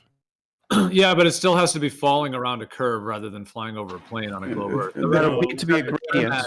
You can set the trim at whatever you set it at for it to maintain that. However, on a globe Earth, it still has to be flying over the ball rather than over a plane. Correct. Right, exactly. So let me jump in just real quick. Again, Brandon, this is my issue, okay? We are arguing about a minor premise, okay? No. The reason why it's not a falsification is because we're begging the question. We should not be talking about this. We should be demanding proof that there is any curvature at all. Yeah, but we are talking about this. And No, you're not. No, you're assuming. No, you're assuming. One way you could we never said this was proof of the globe. You guys say it's proof of the flat Earth. We have disproven that premise. One way you could do it is if a passenger were to get a gyroscope and sit in their seat with a gyroscope, he would see that his attitude changes, whereas on a flat Earth it would not. That's true. Yeah. So if you had your own personal, like Bob did, I mean, if you that's just like sitting on the ground, it changes its attitude. If you were in a plane, it would also change, but it would change by more than 15 degrees per hour because you're moving as well. But if you had your own handy, ready to carry fiber optic gyro, it would show that you were changing angle. Hey, Rob, I have to apologize to you. RC Meisty left before I could read your super chat because I'm a fucking idiot. Sorry about that, Rob. I apologize. He says, Brandon, can you ask Meisty if he ever figured out how to calibrate a water level? So, RC, if you're out there, Rob wants to know if you figured out how to calibrate a water level. All right. Thank you, Rob. Sorry again. And let me make sure I didn't miss anything else. No, thank you, guys. I said earlier, it doesn't distinguish one from the other. That's what Brandon had just agreed upon. That's what we've been saying. And no one's claiming it's proof of the globe. And this is what Bojo and I were saying about, what, 45 minutes ago? We were both doing this? Okay. There's no reason to discuss this. Well, because Jeremy brought it up. Please don't bring it up again. I get that, but I've said this before, and it's Brandon's show, but we're begging the question to have this discussion. No, we're not. No, it's being used by people like Brandon and Jeremy as proof that the Earth was not. No, it's not. Are y'all and quite you done? were showing it doesn't make a difference. Are y'all quite done? It's used all the time. Jeremy was saying you've got to do this dip business, and he was using that as proof of the flat Earth as opposed to a spherical Earth. And now we've spent an hour repeating what I said an hour ago to show that it doesn't do that. Rumpus, I've been waiting on you to finish for 45 minutes on this stupid point to bring this point up. Yeah, because Brandon didn't understand what I said 45 minutes ago. Oh my God! Well, go ahead. When we're flying straight on an airplane and we dip the nose down. Straight. You're not flying straight. Oh, you know what? Forget it. Flying level. You only fly level, Brian. Let me make his point first, though. Yeah. Brian, let's just make my point is, it's been demonstrated by Mr. Travis Bob, by Bob Nodell, by a couple other people, okay, that when we take a gyroscope on a plane, okay, it should dip a few degrees within about an hour, within about 15, 20 minutes, okay? Yeah, and it doesn't. It does. Well, I'm not talking about Earth's rotation. I'm talking about, and then I got my video uploaded right now with Biodual the liar saying that he didn't deny that a gyroscope proved Earth curve, because I said flat out they were arguing about the rotation, and I said a gyroscope. Why doesn't a gyroscope show Earth curve? He said it does, and then everybody said no, he didn't say that. But anyway, if you move, but don't forget, don't get confused between the attitude indicator in an aeroplane, which tells you what horizontal is, and that is made to point down. So that is not a gyroscope. That is not the same. Rumpus. I'm talking about people who brought them on planes to show that the Earth is curving, brought an and they accurate failed. gyroscope on an airplane. No casual person has brought an optical gyro onto an airplane as a passenger. And if they brought a mechanical one, I suspect that's not been accurate enough. Just to be very clear, I'm sorry, go ahead. Every airplane has got a gyroscope that's more than sensitive enough to show that. It actually is called the attitude indicator. But right, it's made to point down, though, isn't it, though? It's made to point down. It doesn't maintain it. There's some stuff in it called pendulous vanes. Yeah, those pendulous vanes are there to force that thing to reference itself to gravity. If it didn't have the pendulous vanes, it would roll back. Correct. Blue, let me tell you something. The gyroscope doesn't care what's underneath it. Okay. Now you act like you understand that, but because of y'all's pendulous vanes argument, because of the pendulous vane argument, people have brought the gyroscopes on planes without pendulous vanes, and they do not detect Earth curvature because the Earth is not curved. Thank you. Well, Brian, people have not brought gyroscopes sensitive enough to be able to measure it on airplanes. It won't be as good as the aeroplane's gyroscope, Brian. They'll have brought on some. I'll accept that. I'll accept what Blue just said. I'll look into it, but Blue just gave me at least an answer. He focused. I mean, somebody actually acknowledged something I said. He said that the gyroscopes weren't sensitive enough to detect. Yeah, I said that about 5 minutes ago. Curvature. Okay, so now if they were, hold on, if they were sensitive enough and still didn't detect it, then what? We'd have a problem, yes. And that's why, that's why I said about 10 minutes ago now that a way of determining you going around the Earth curve is if you had a fiber optic gyroscope, which is definitely sensitive enough, and you had your own personal one, and then you could. But I'm saying Bobno does effectively done this. He's just stuck it on the ground and measured it. But if you've got an airplane, I will agree with Kosho though.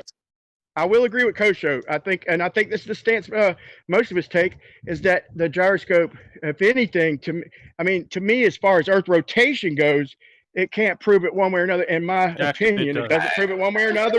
I appreciate what he said. I didn't say that. Okay. What did you say then, Coach? No, what I said was the point that was being made about the way planes behave and what they need to do to keep their altitude was not a decider.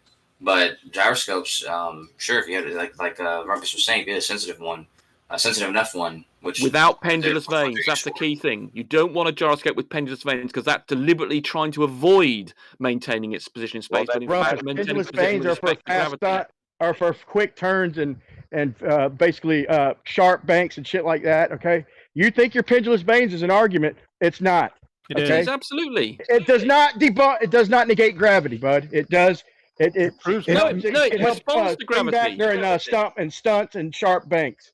And long times when the thing rolls back, yeah. The pendulous vanes make sure that the attitude indicator is pointing in the right direction to match gravity. That's what the pendulous vane's job is.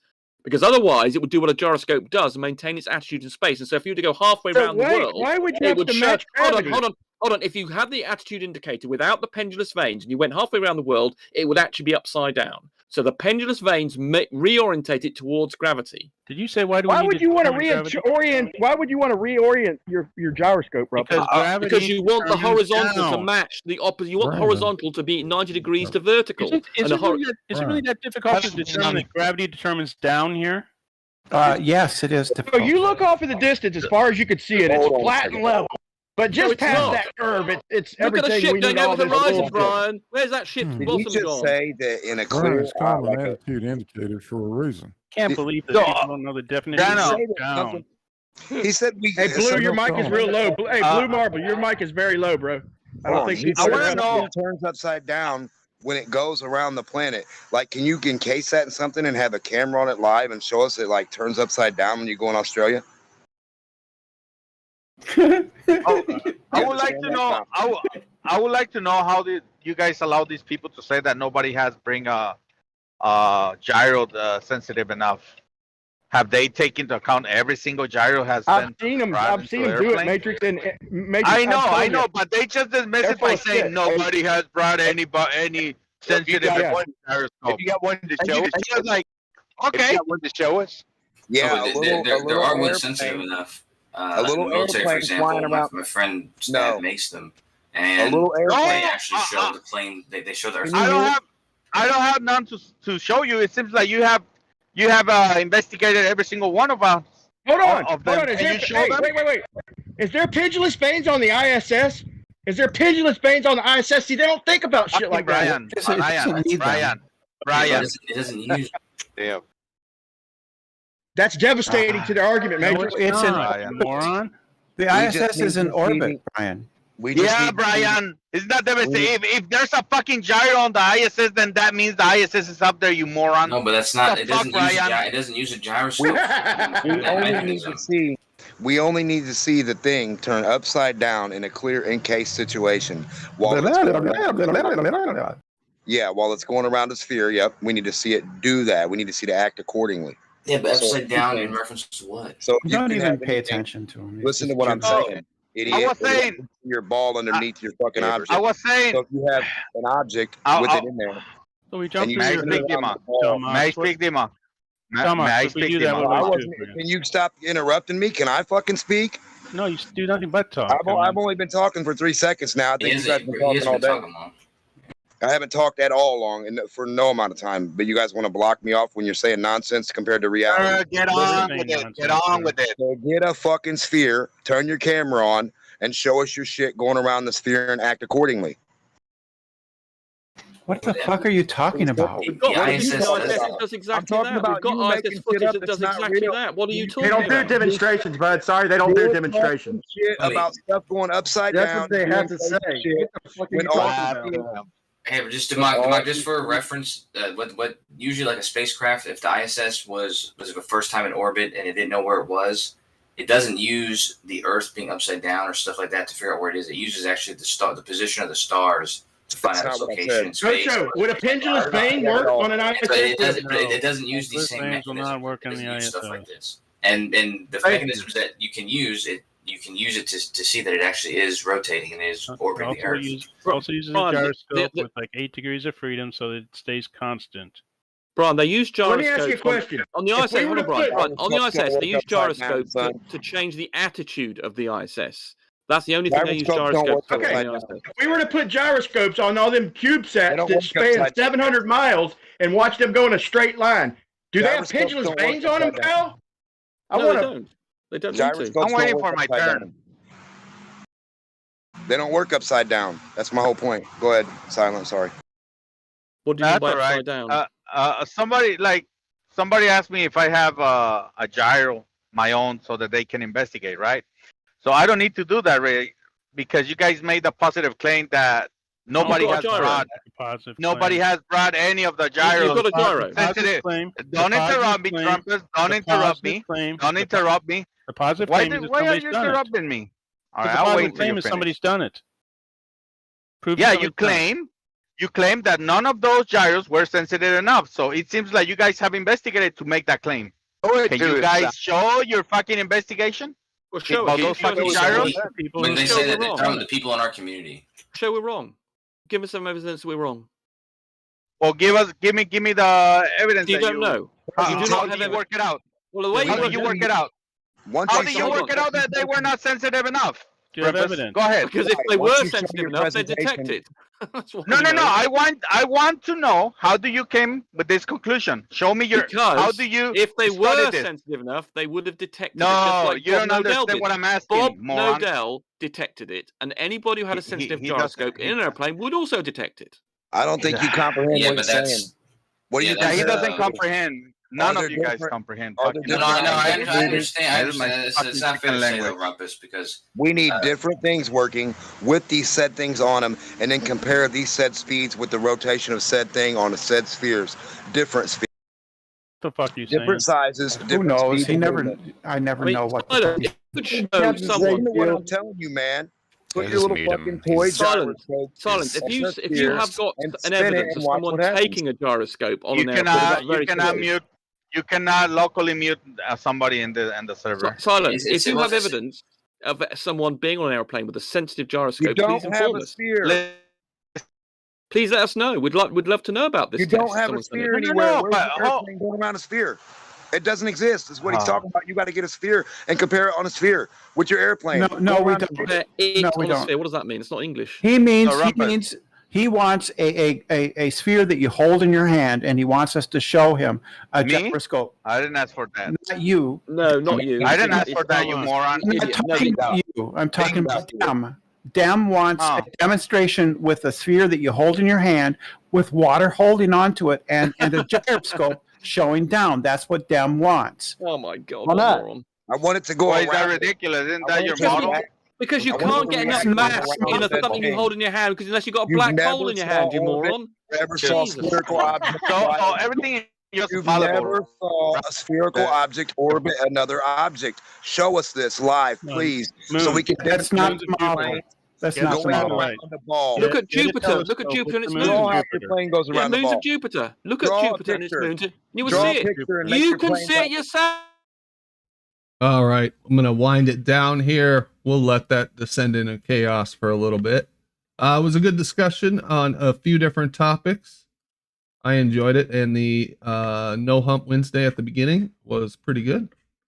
So we'll do that again next Wednesday. I appreciate everybody joining the show, the panel. listening, typing in the chat, and thank you to the people who supported the show with super chats. James Richard, shout out. Gordzilla, Silent Zero, Rob Keen, and I think Will too. Will was first, so I appreciate that, guys. Thank you very much. And we will see you tomorrow, hopefully. And have a good night. Yeah.